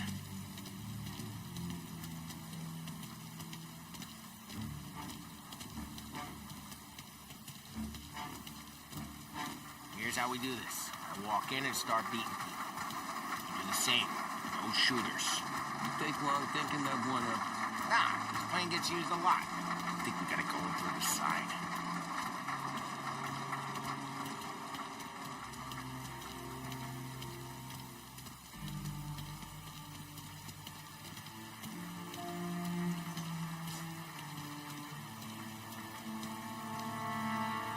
Telling you, nicest ass I've ever seen in my life. Yo. Oh, Billy, it's the guy from the other night. We gotta go.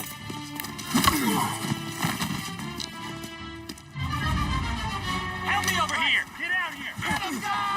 Hold it.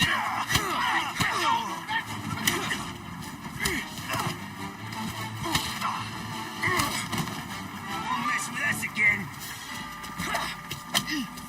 Here, round the corner. Get it!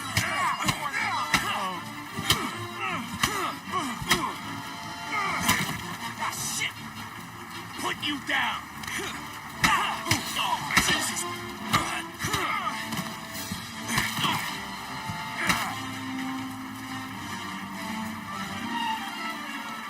Come on, we gotta teach these punks a lesson. Climb over. Don't let him get Billy. Get your hands behind something! Get your gun, Tom! We made it serious! You think I need telling? I go north, you go south. What? I go up, you go through there. Okay! Billy, we gotta roll now! Go! Moving and cover! Gotcha!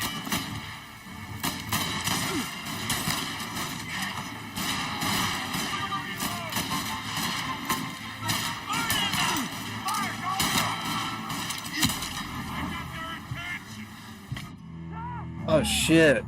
He hit me with a Molotov. Damn. I was just about to try to figure out how to heal too.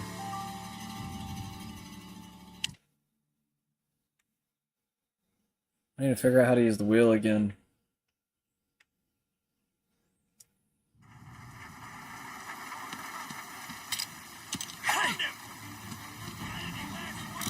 There it is. Okay.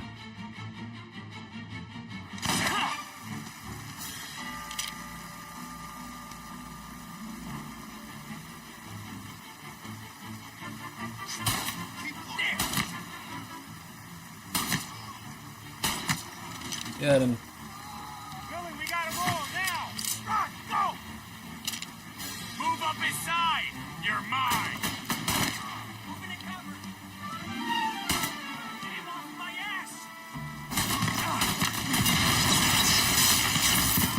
Burn him out! Fire him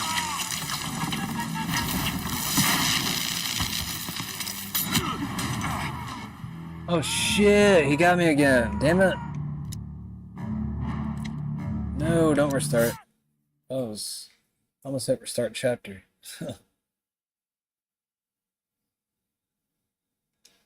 Fucking Molotovs. He's here! I kill guys better than you.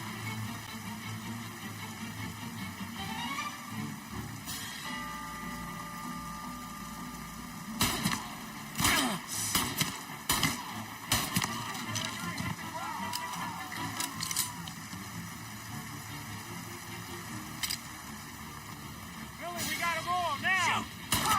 Box him in! Almost on him!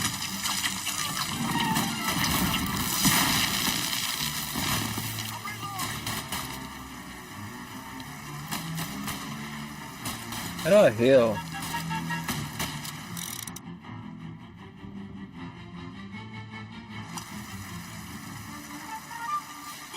There's like no way to heal. Move to their side! Burn him! Fire going out!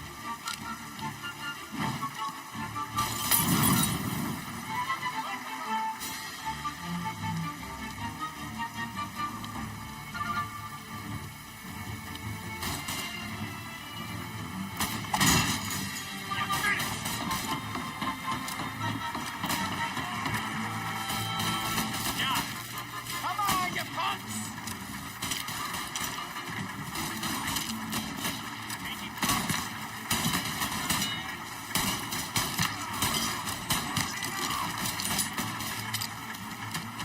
Get him.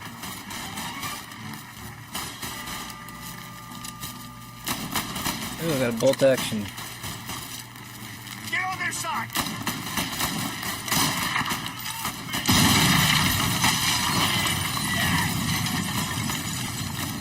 Almost on it!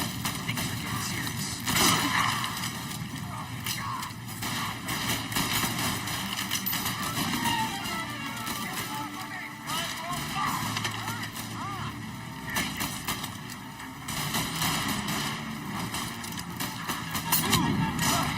Shit, man.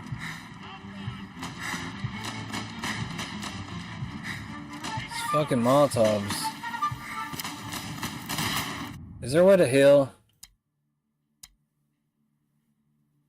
I don't remember there being a way to heal, but if there is, I need to figure out how to do it right now. Check the internet real quick. Alright, can you heal in the Mafia Definitive Edition game?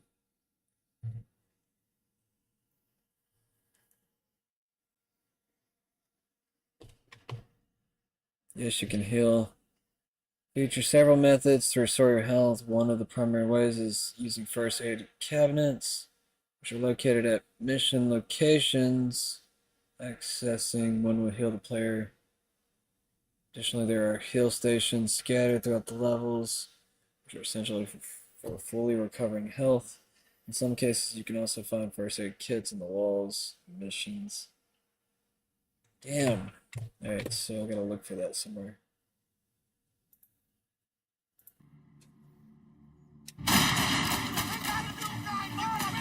It'd be cool if it was like right here. Like next shot, I'm gonna die. Fucking A. Where is that guy?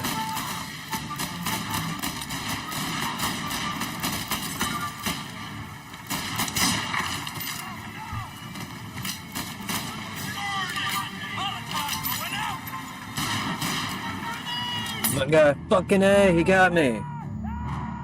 Dude, need some health. Can I go through that door?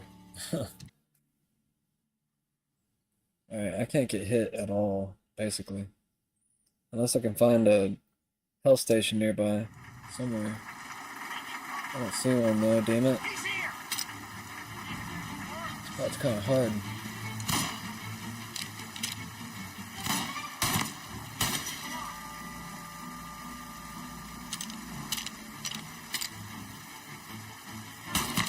Got him. There. Billy, we got 'em all now. Run, go.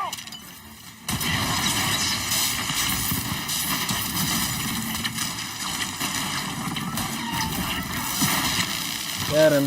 Headshot.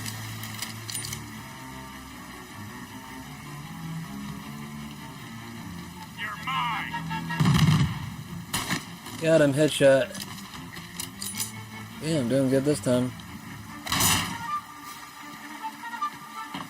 Don't get cocky.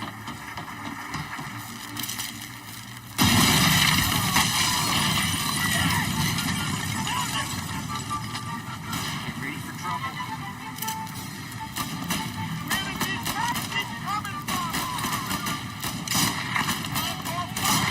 Got him.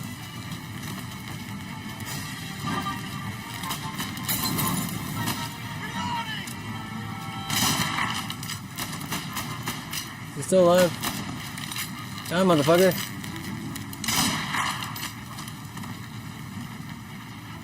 Alright. Damn, that was a lot faster. Seemed to be kind of easier, I don't know. How do I change my weapon again?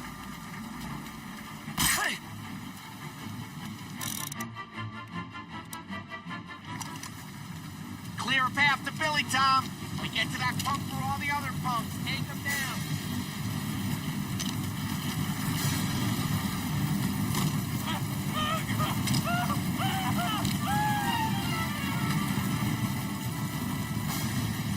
I didn't see what he did.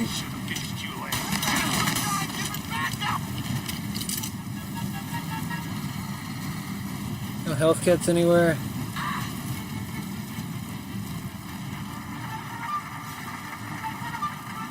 I want a shotgun, yeah. Oh yeah. Med kit, come on. Oh, I found one. Hell yeah.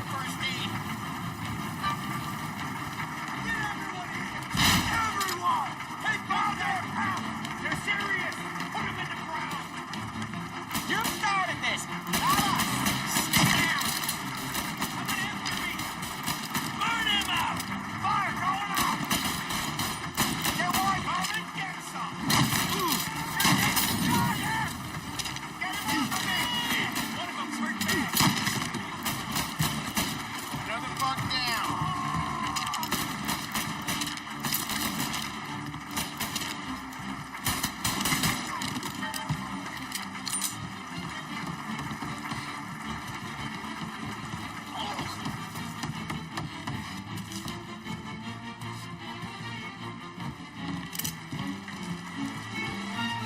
Pocket revolver. Anybody else got any other shotgun shells or anything? I need to go back for my other gun? What was that? I'm gonna go back for the other gun. Oh, there's Molotovs. Got some of those. I wish I saw those beforehand. I want my rifle back.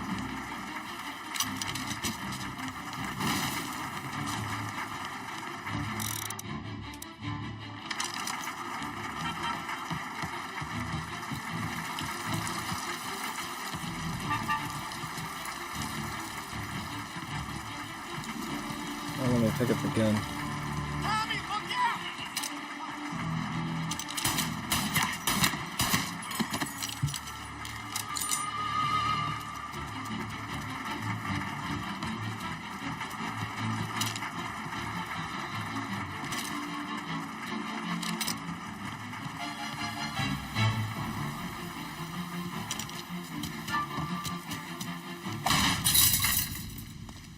Johnny, get down!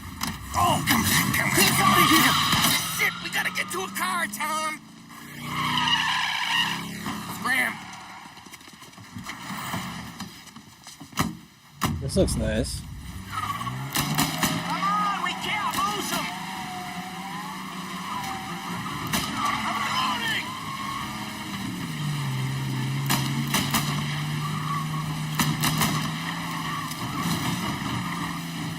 Oh, careful, Tom. The road's a river. Don't worry, I got this. We cleaned them out!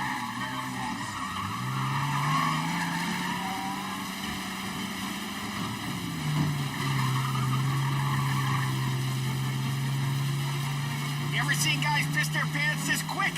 If you look through the rain, you can see it dripping out the back of their car. Yeah, bro, get out of the way. Slid into him. Go.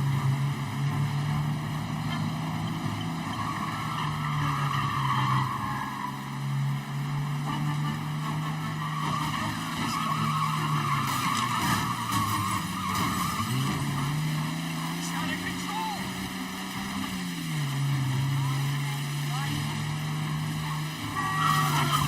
Come on, you're better than this. I mean, they kind of went straight into me.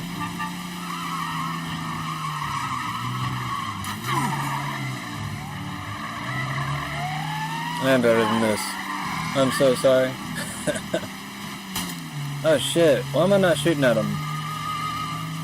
Why is he not shooting at him? I'm not close enough. Son of a bitch, bro. I don't like this car. It does not have good steering on it. Gotta slow down way too much. Just a frickin' turn, oh my god.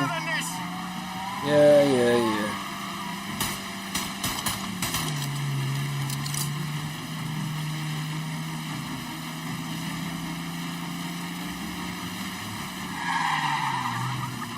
There we go, that's better.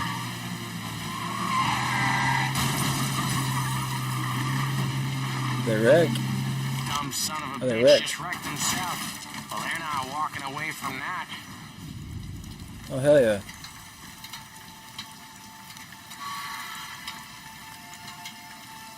Go on and pop him, Tom.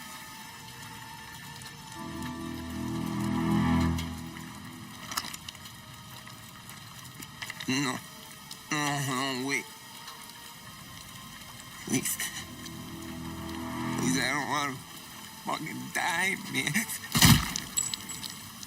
Christ, Tom. You can't feel sorry for these animals. A guy like this would plug you if you give him the chance. You gotta pull the trigger without thinking. Guess I'm out. This one's finished too.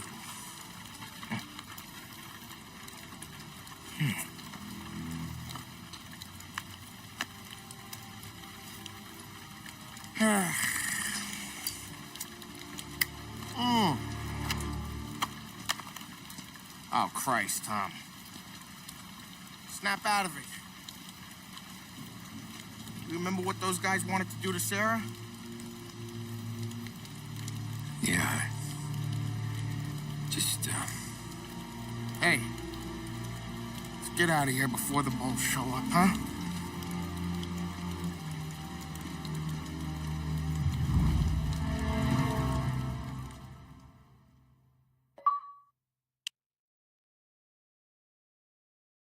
Alright. Might do one more mission, we'll be off for tonight.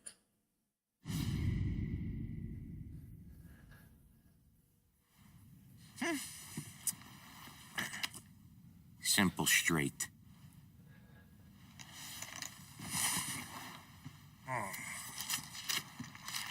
I can't afford this life no more. Just getting lucky. I'll give you a chance to win your money back. You want in, boss? We have business to discuss, Paulie. We're in it now, boys. One of our associates at the coroner's office sent this over. Corpse's name is Giolotti. You recognize him? Sure. That's one of the punks we ran out of the neighborhood. Now he got the bullet in the back of his head? Yeah. We capped him. Well, the cops ought to thank us. We did him a favor. The guy was a rapist, boss. Yeah? Well, he was also a city councilor's son.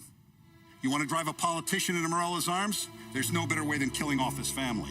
Christ. It gets worse. You left another guy in the wreck? Yeah, but he was dead when we got there. You gonna tell me he was the president's nephew or something? 2 in the head, Paulie. If you're gonna do a job, do it right. He made it? Yes. He spent the week in St. Mary's, but he pulled through. Can he point a finger at either of you? I don't know. Maybe. Okay. Look, we're gonna kill 2 birds with 1 blast. Galati's funeral's today at St. Michael's. Sam, you're gonna attend. Sit in the back and try to spot the lucky bastard. How will I recognize him? He'll be the one who just crawled away from a car wreck. His arm is broken. Look for a sling. Sam's gonna need a little distraction if he's gonna clean up your mess. You sending Tommy to dip his wick? It's a brothel? A gentleman's club, just down the street from St. Michael's. The Don has invested a lot of money in it over the years. So, me and Sam. Regardless, the owner has suddenly decided to do business with Morello instead of us. You want me to go remind him of his obligations? Yes. Then blow the place up. What? Morello wants to take businesses away from us? He'll inherit craters. Look, Tom, we can't send Paulie and Sam since all the ladies know them already. They'd never make it through the front door. But you can walk right in. Okay. What about the manager? Take care of him wherever you find him. If any of the horse see it, well, it'll be a warning. Once he's out of the way, head to his office on the top floor. Grab any documents and money you find there, and place the explosives. Vincenzo will see that you have what you need. And you think the blast will be big enough to give me cover? Yeah, but be smart. Only take a shot if you know you won't get made. Tommy, one more thing. One of the girls is passing Morello information about our operations. Before you blow the place, you'll need to take care of her, too. You want Tommy to kill a twist? Come on, Frank.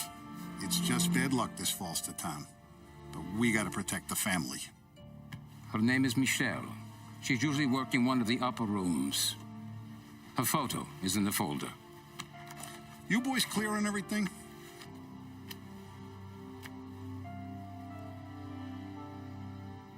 Yeah. Tom. I got it, boss. Then get it done. Come on, let's go.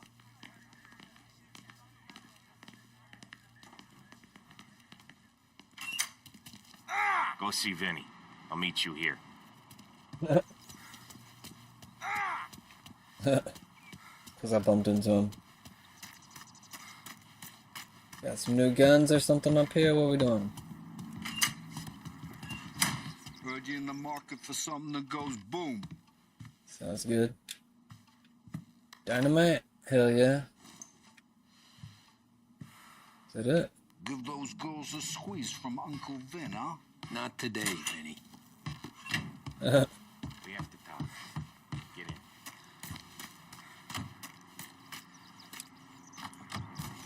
Don't go anyplace yet.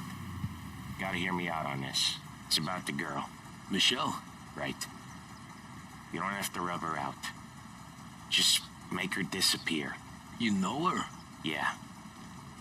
I've been with her a few times. She's a good egg, Tom. Just maybe not so bright. She doesn't deserve to get plugged just 'cause she likes listening to me talk. You think she'll leave town? When she understands what'll happen otherwise, yeah, she'll leave. Here's your 100. Give it to her. And make sure she gets far away. Okay, Sam. I'll see what I can do. That's all I'm asking. Let's go.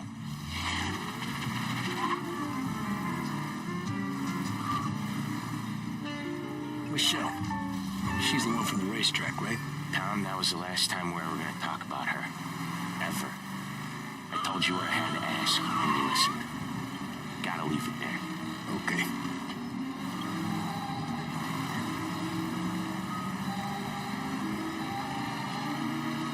Keep your head when you get in at the hotel. Find your mark and don't act Whoa, bro. The My manager bad. thinks he's untouchable. Oh, I can't go that way. Right up to it. Anything else What I am should I know? doing? Nah, just don't take all day. Lottie died young, so there can't be much to say about it. When the bomb goes off, I'll do my thing. Got it. What kind of world is it And when you screw up, you get sent to a cat house. Well, I have to clean up your mess at a funeral. You see the justice in that? I see a job I gotta do. Such a professional. Just try to finish the job this time, huh? First time I've been to a church in a while. I'm gonna guess they're still singing the same songs. Last time I went, it was. Same songs I always heard as a kid. Yeah, you're not the religious type. It's the funerals, Tom. That's all it ever is. All that anyone ever wants to do is point guns at the family and shoot. Game point, there were so many funerals, I just stopped going to most of them. They're all boring as hell. That's a shame, seeing as you're always dressed for the occasion. Great gag, Tom. Write that one down. Thanks. I'll do that. Now, weddings. Weddings are less boring. I'd go to one of them. You working on that? Guess so. Good. Because I've given up waiting on Polly. I couldn't get a broad to stick to him if they went swimming through glue. You'll find someone. Tom, if his own mother has given up hope, then you can give up hope too. That was pretty close, wasn't it? Oh shit, hold up. You hit me, bro. You hit me. You drive like this in your old job? Sometimes.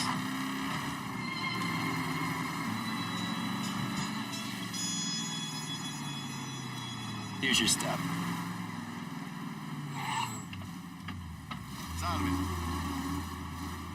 For the best Give music the family and your the latest condolences. deals, stay Good with luck. You Behringer's too. Radio. Well, I hope this afternoon finds you well. You're listening to WBDS. The best meals come from the best ingredients, and there's nowhere with a better selection of groceries than Behringer's Market Square. Visit us next time you're downtown.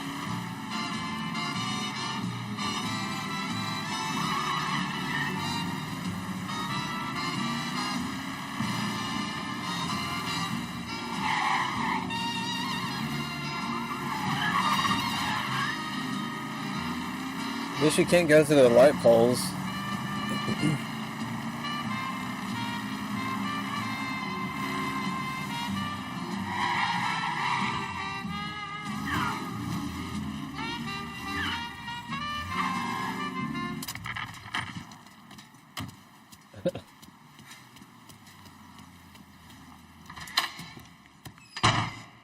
You behave yourself in here, okay?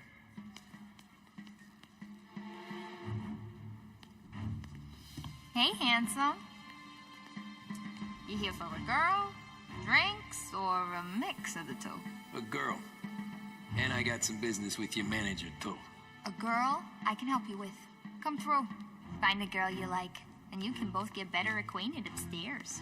There's no rush, so get a drink, relax, and enjoy yourself. Hey, good afternoon, sir. Just how I like them. Why don't you buy me Just a knock drink? something over. Because you're not the name I'm after. You know Michelle? I'm new here, baby. I don't know a thing. We can just talk if you don't want anything else. What's a handsome man like you doing in a place like this? Looking for a girl named Michelle. She's busy upstairs, but I'm free.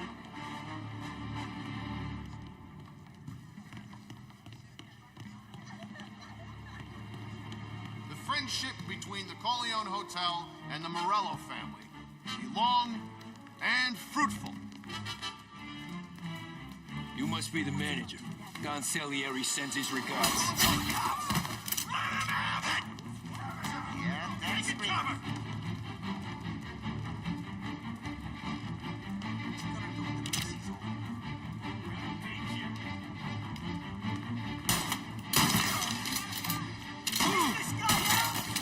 That was a headshot, man.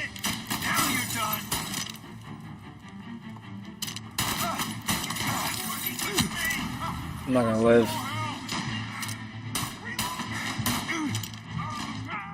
Guess I got one of them.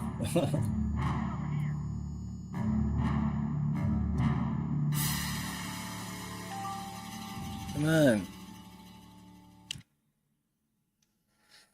Alright, maybe go find Michelle first, and then kill the manager?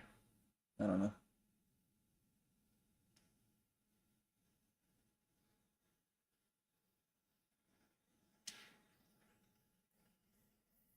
Hurry up! My mom.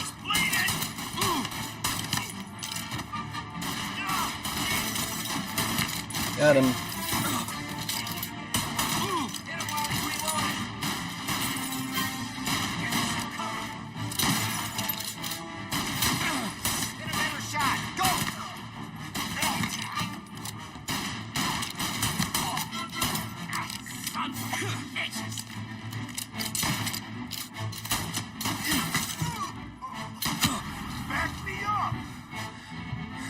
Yeah, man.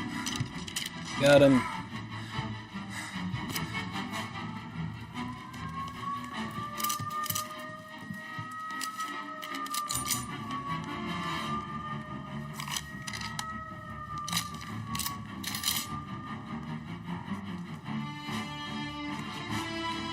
Med kits on the wall. Oh wait, there's something somewhere. Where's it at?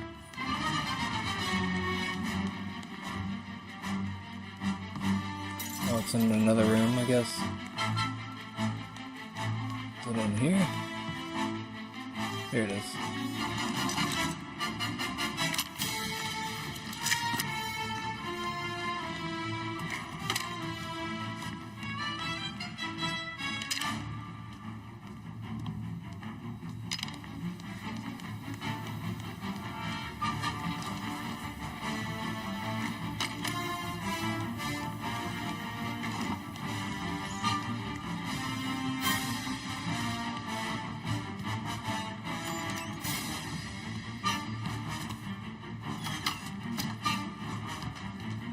Oh no, I'm gone. This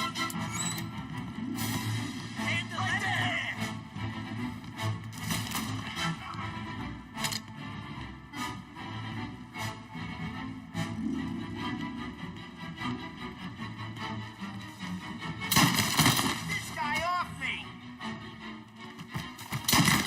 Gotta reload. Sons of bitches! Oh, you ain't so good!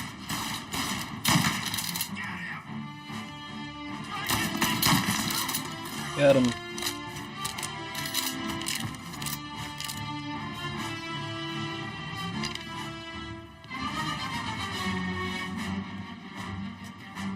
I'm just supposed to crawl over the counter? There's no door.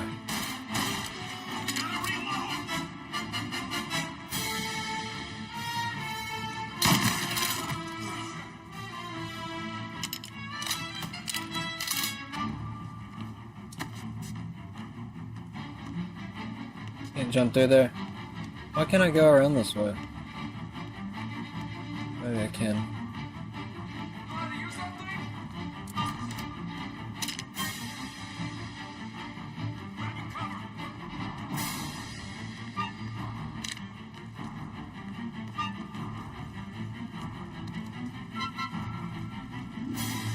Hey, wait.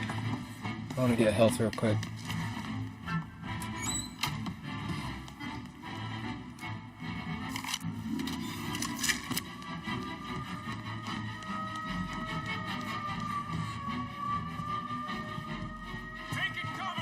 Thought I noticed that.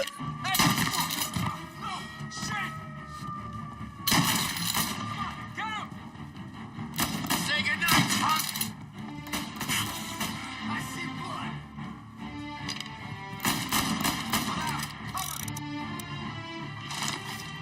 I don't have any more Molotovs. I never used them. Get a better shot! Go! Move into cover! Hit him while he's reloading! Got him.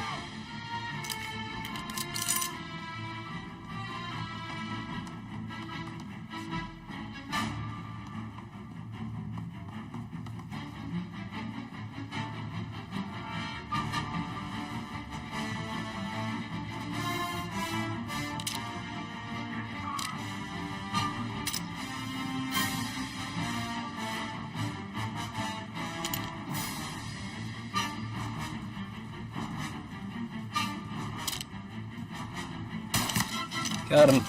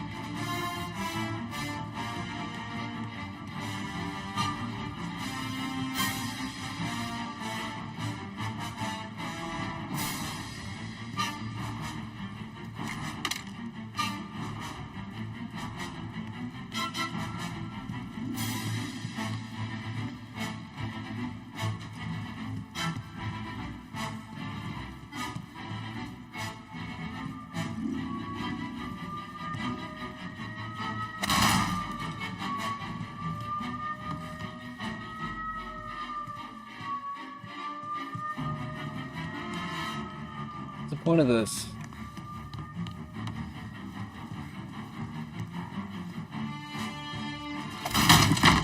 Here we go. You, Michelle? What's it to you? Fella named Sam is one of your regulars. Maybe there's a lot of guys named Sam. You know him. Works for Don Salieri. Maybe you got him talking about our business from time to time, and maybe Don Morello offered you some money to spill what you heard. No, Sam, trust me. I don't say nothing. He knows But that. the Don's losing a lot of money because someone can't keep their mouth shut. I was just bumping guns with some of Morello's girls. I didn't mean nothing by it. Tell him I'm sorry. Tell him I won't never open my mouth again. I know. I'm sorry. I'm so sorry. You scared then? Good. Don't you ever forget how it feels to be this scared. To know you're just one twitch away from a hole in the ground. Because if you ever show your face in this town again, they're gonna find you with two in the head. Do you understand?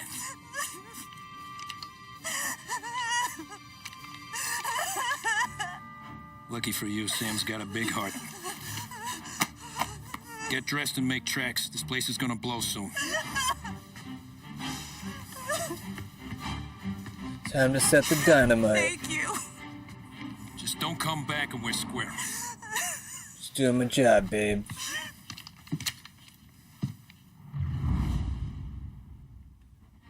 He was like, damn, she was a catch. Wait, what did this say? We're in room 208 all day tomorrow. Morello's guys downstairs in the lounge sending them up. Blah blah blah. I don't care. It's probably for some type of upgrade or some shit. I don't know.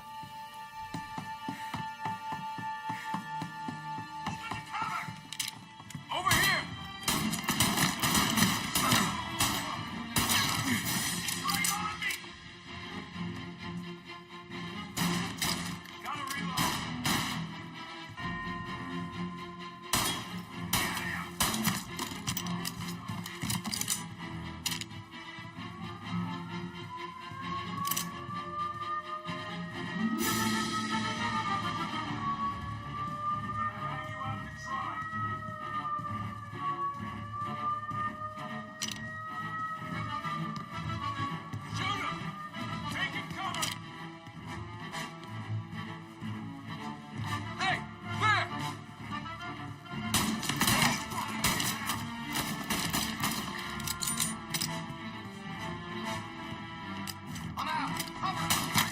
Got him.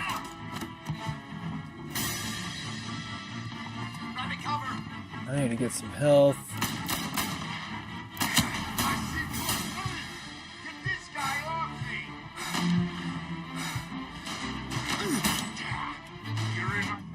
Fuck, he got me.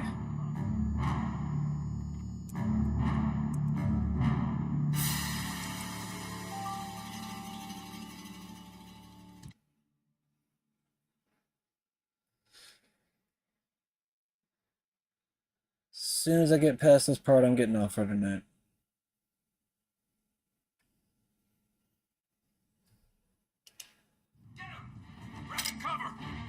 Over here!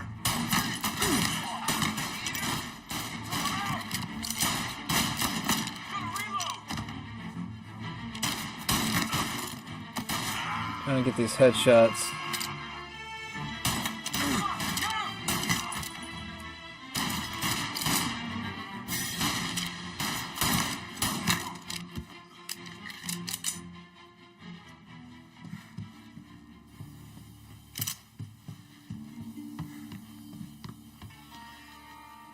Where's it at?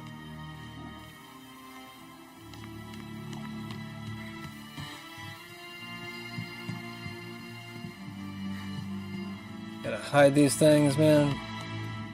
There it is. Gotta heal. Don't die again.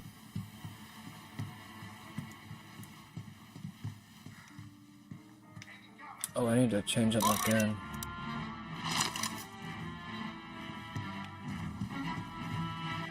You're in my sights.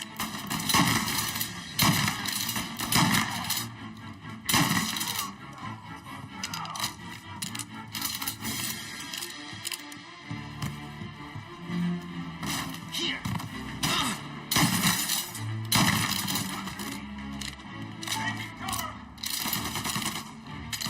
Oh my god, Tommy gun?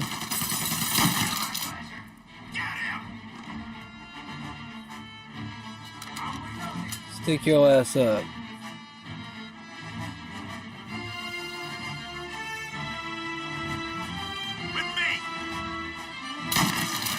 Got him.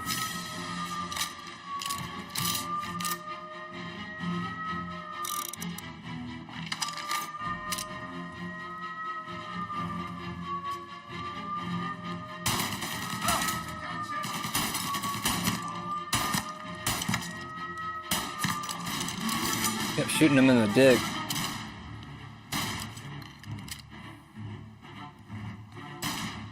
I don't see him.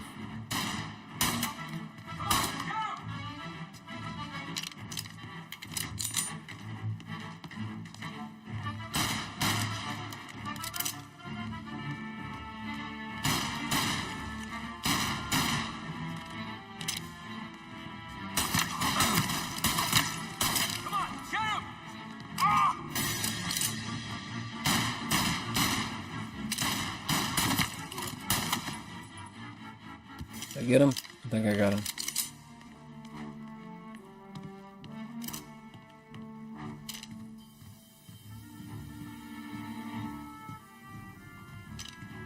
No health kits or nothing over here?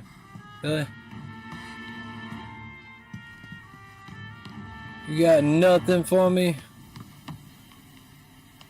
Just figured I'd check, even though it's not on the map. It usually tells me on the map. Hopefully this is the last door.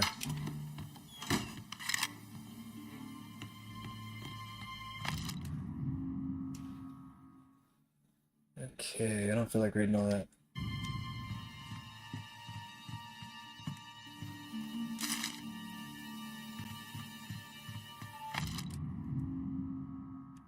You guys can pause and read it if you want to, but I don't really care. Plant the bomb. What do I plant?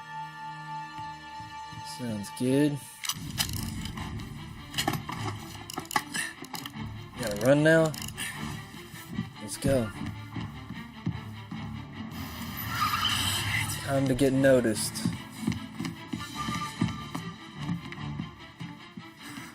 Damn it. Whole place is gonna go. Get the F out.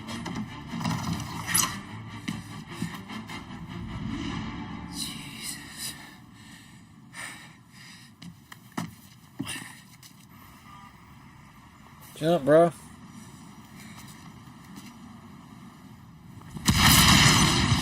Oh, that helps.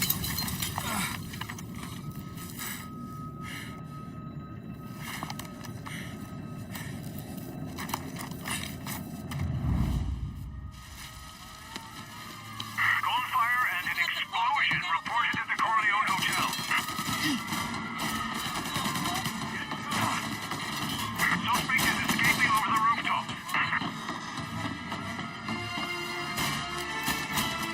I'm not gone, but this is fun. Before he's back on street level. Check over there. I guess I'm supposed to go this way. He just shot the Corleone to pieces. I want everyone we've got on this guy. Get up there and bring him down. He's up here with us. Jeez. On the roof with us. You get going, didn't you? I'm off. Didn't think we'd be here to meet you.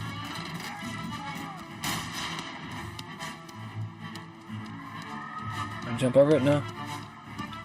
Where's this go?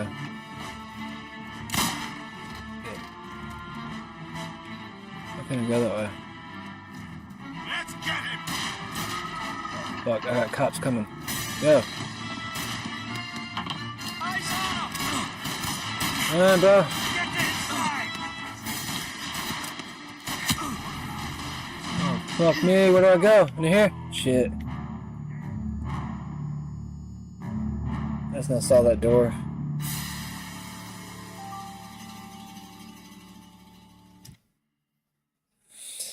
Damn, man. I made this mission a little bit longer than I thought it was going to be.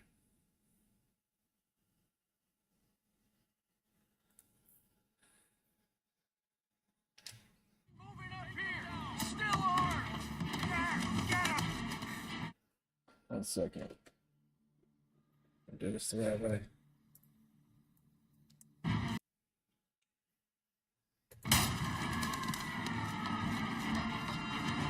I want everyone we've got on this guy. Get up there and bring him down. There, on the roof with us. Let's send him to fucking get by. Damn it, bro. I'm trying not to shoot the cops, but I guess I probably should. Trying to land a few headshots along the way. That'll make me even more of a fugitive, though. Let's go.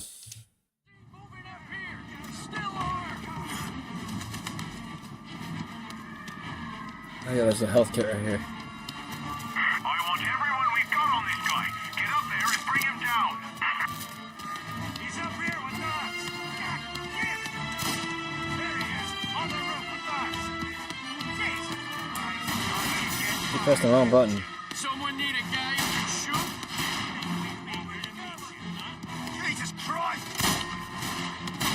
Run. Come on, go on. This way.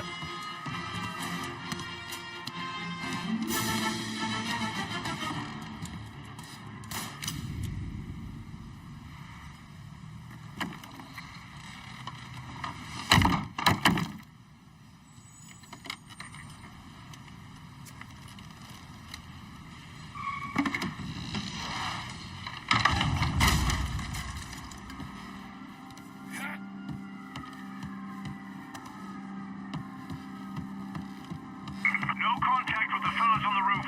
Feels like we lost him. I'm going now.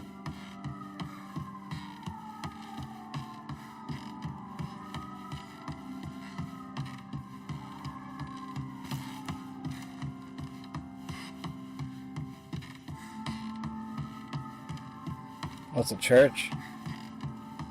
I was about to say, I hear like a church organ or something.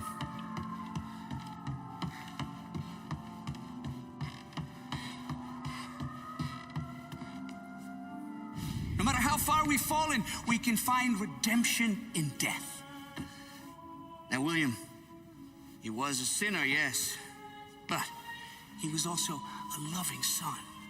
a protective brother, and a loyal friend. And for those virtues, we pray that his soul will find salvation. And now I believe one of Billy's closest and dearest friends would like to say a few words.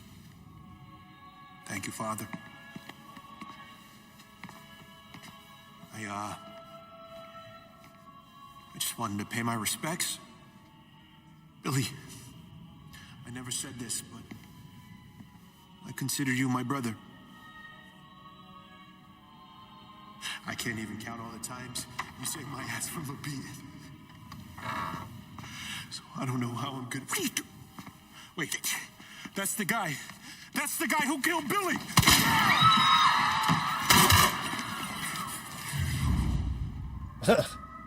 Please! Jesus, what was Billy involved in? Over here!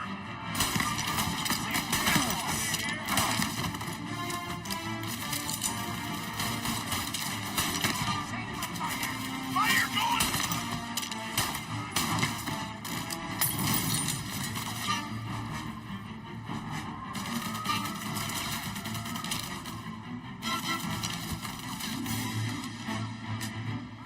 Where's it coming from? Is it coming from upstairs?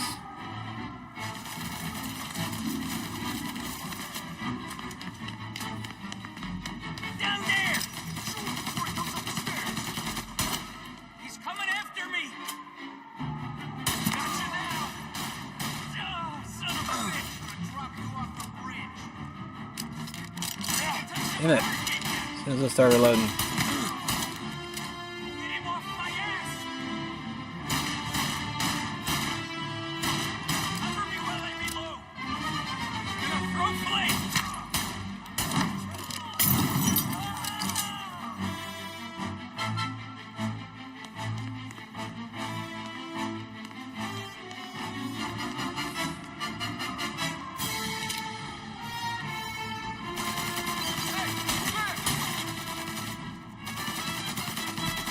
Can't really see.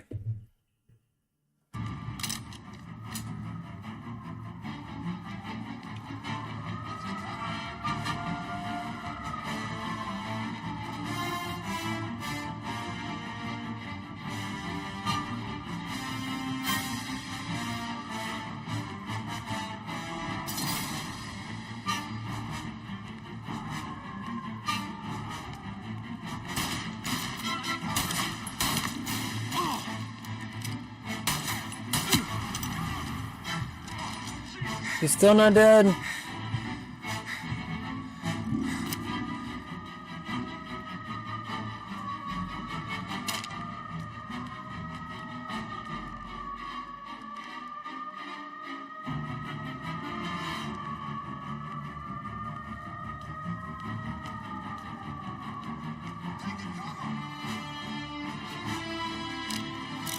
Give me some Molotovs, man.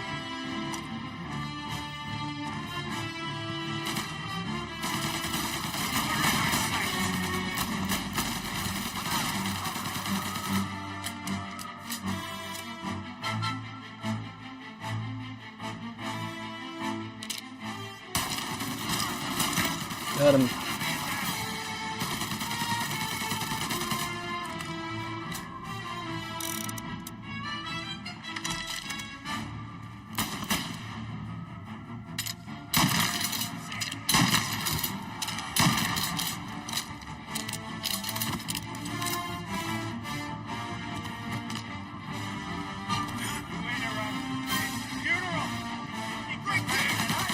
You could have stopped all this days ago!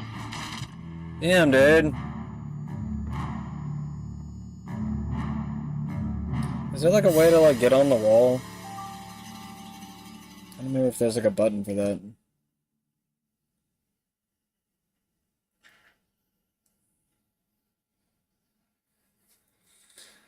Get me past this part. What the hell? Jesus, what was Billy involved in? Over here now!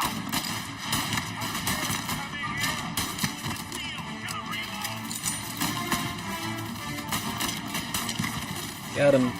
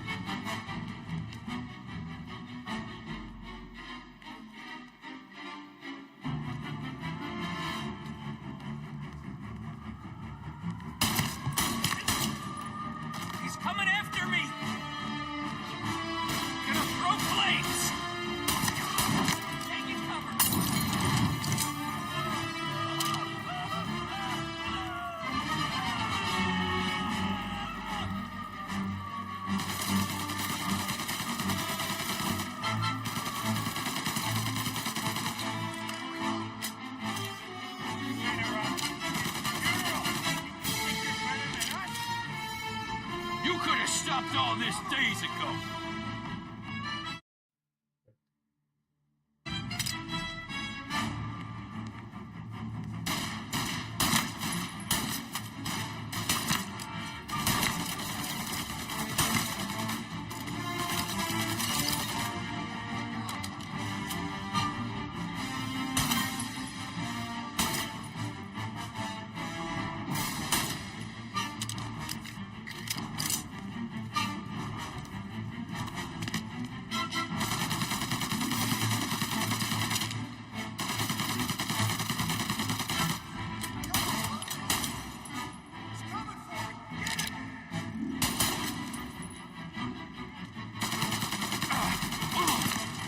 Got him.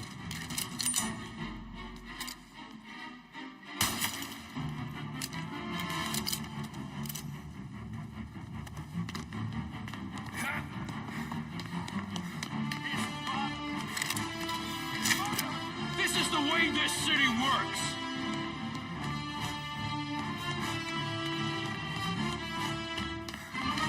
Where's he going? There, up on the balcony.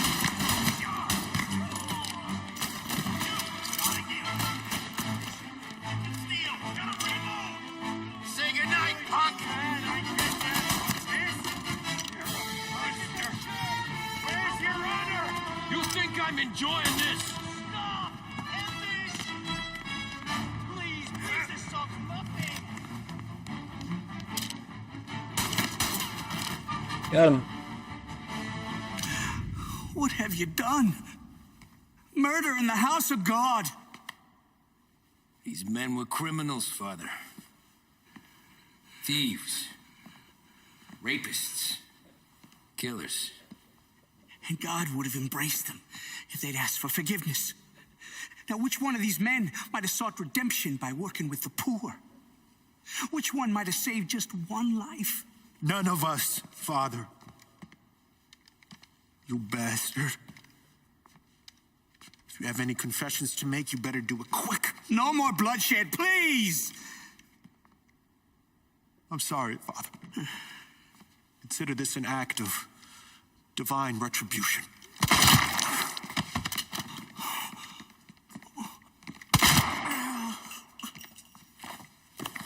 That make us even? Sure. For now. Alright, guys. I'm gonna go ahead and end the episode right here for You're in tonight. trouble, Father. I don't want your blood money. But this is a good place to stop. You took theirs. Not a lot of difference from where I'm standing. There God should be bless all enough the dough souls to that were patch up the harmed. bullet holes and keep you quiet. When the cops come, Mentioned throughout the video, or just whoever we just tell killed in them the gunman church. who did this had East Coast accents.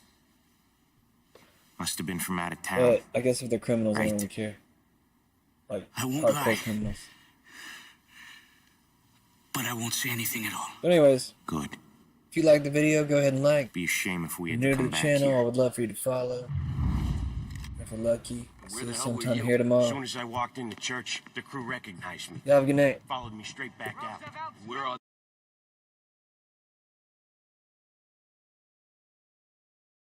They know. The same place as all these guys. Come on. We gotta go.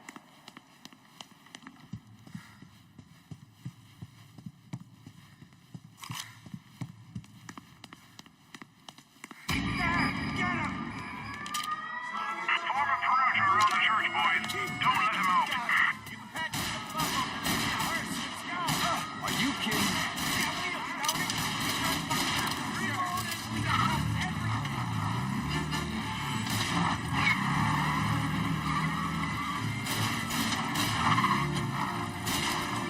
He's not in the vehicle. Move it now. They keep coming.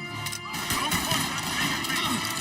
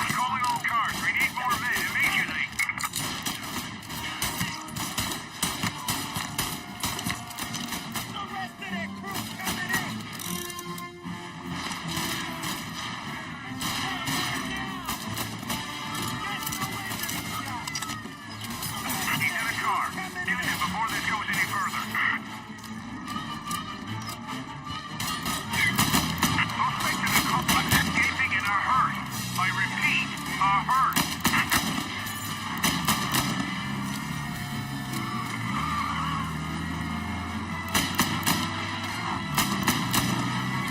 Well, today didn't turn out like I expected. Just drive. We'll end up in the back.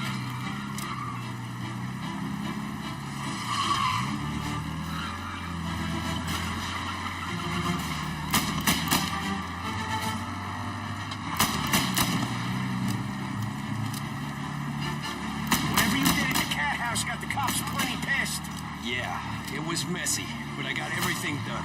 Everything? Yeah. Everything.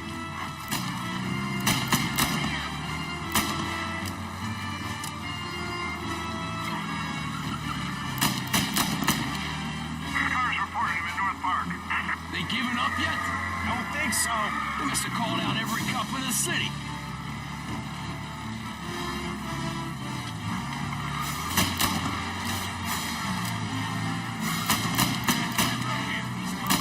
Asshole! Come on, Tommy, lose him! I'm trying.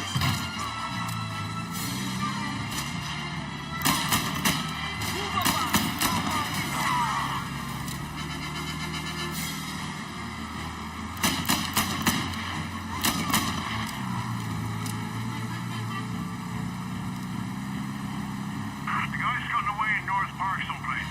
Keep looking. He'll turn up.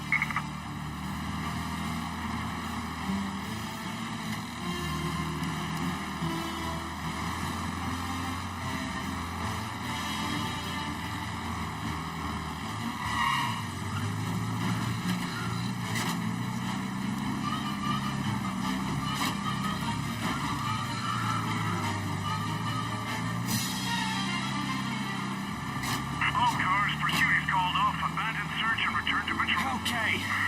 We lost him. Thank Christ. Gonna be trying to forget today for a long time. You're telling me. Let's get back to the bar. We gotta lie low. The way this all went down, we gotta lie low for weeks. The priest will keep his trap shut. Don't worry. Morello got a bloody nose. You and Polly are in the clear for whacking Galati's son. Boss will be pleased.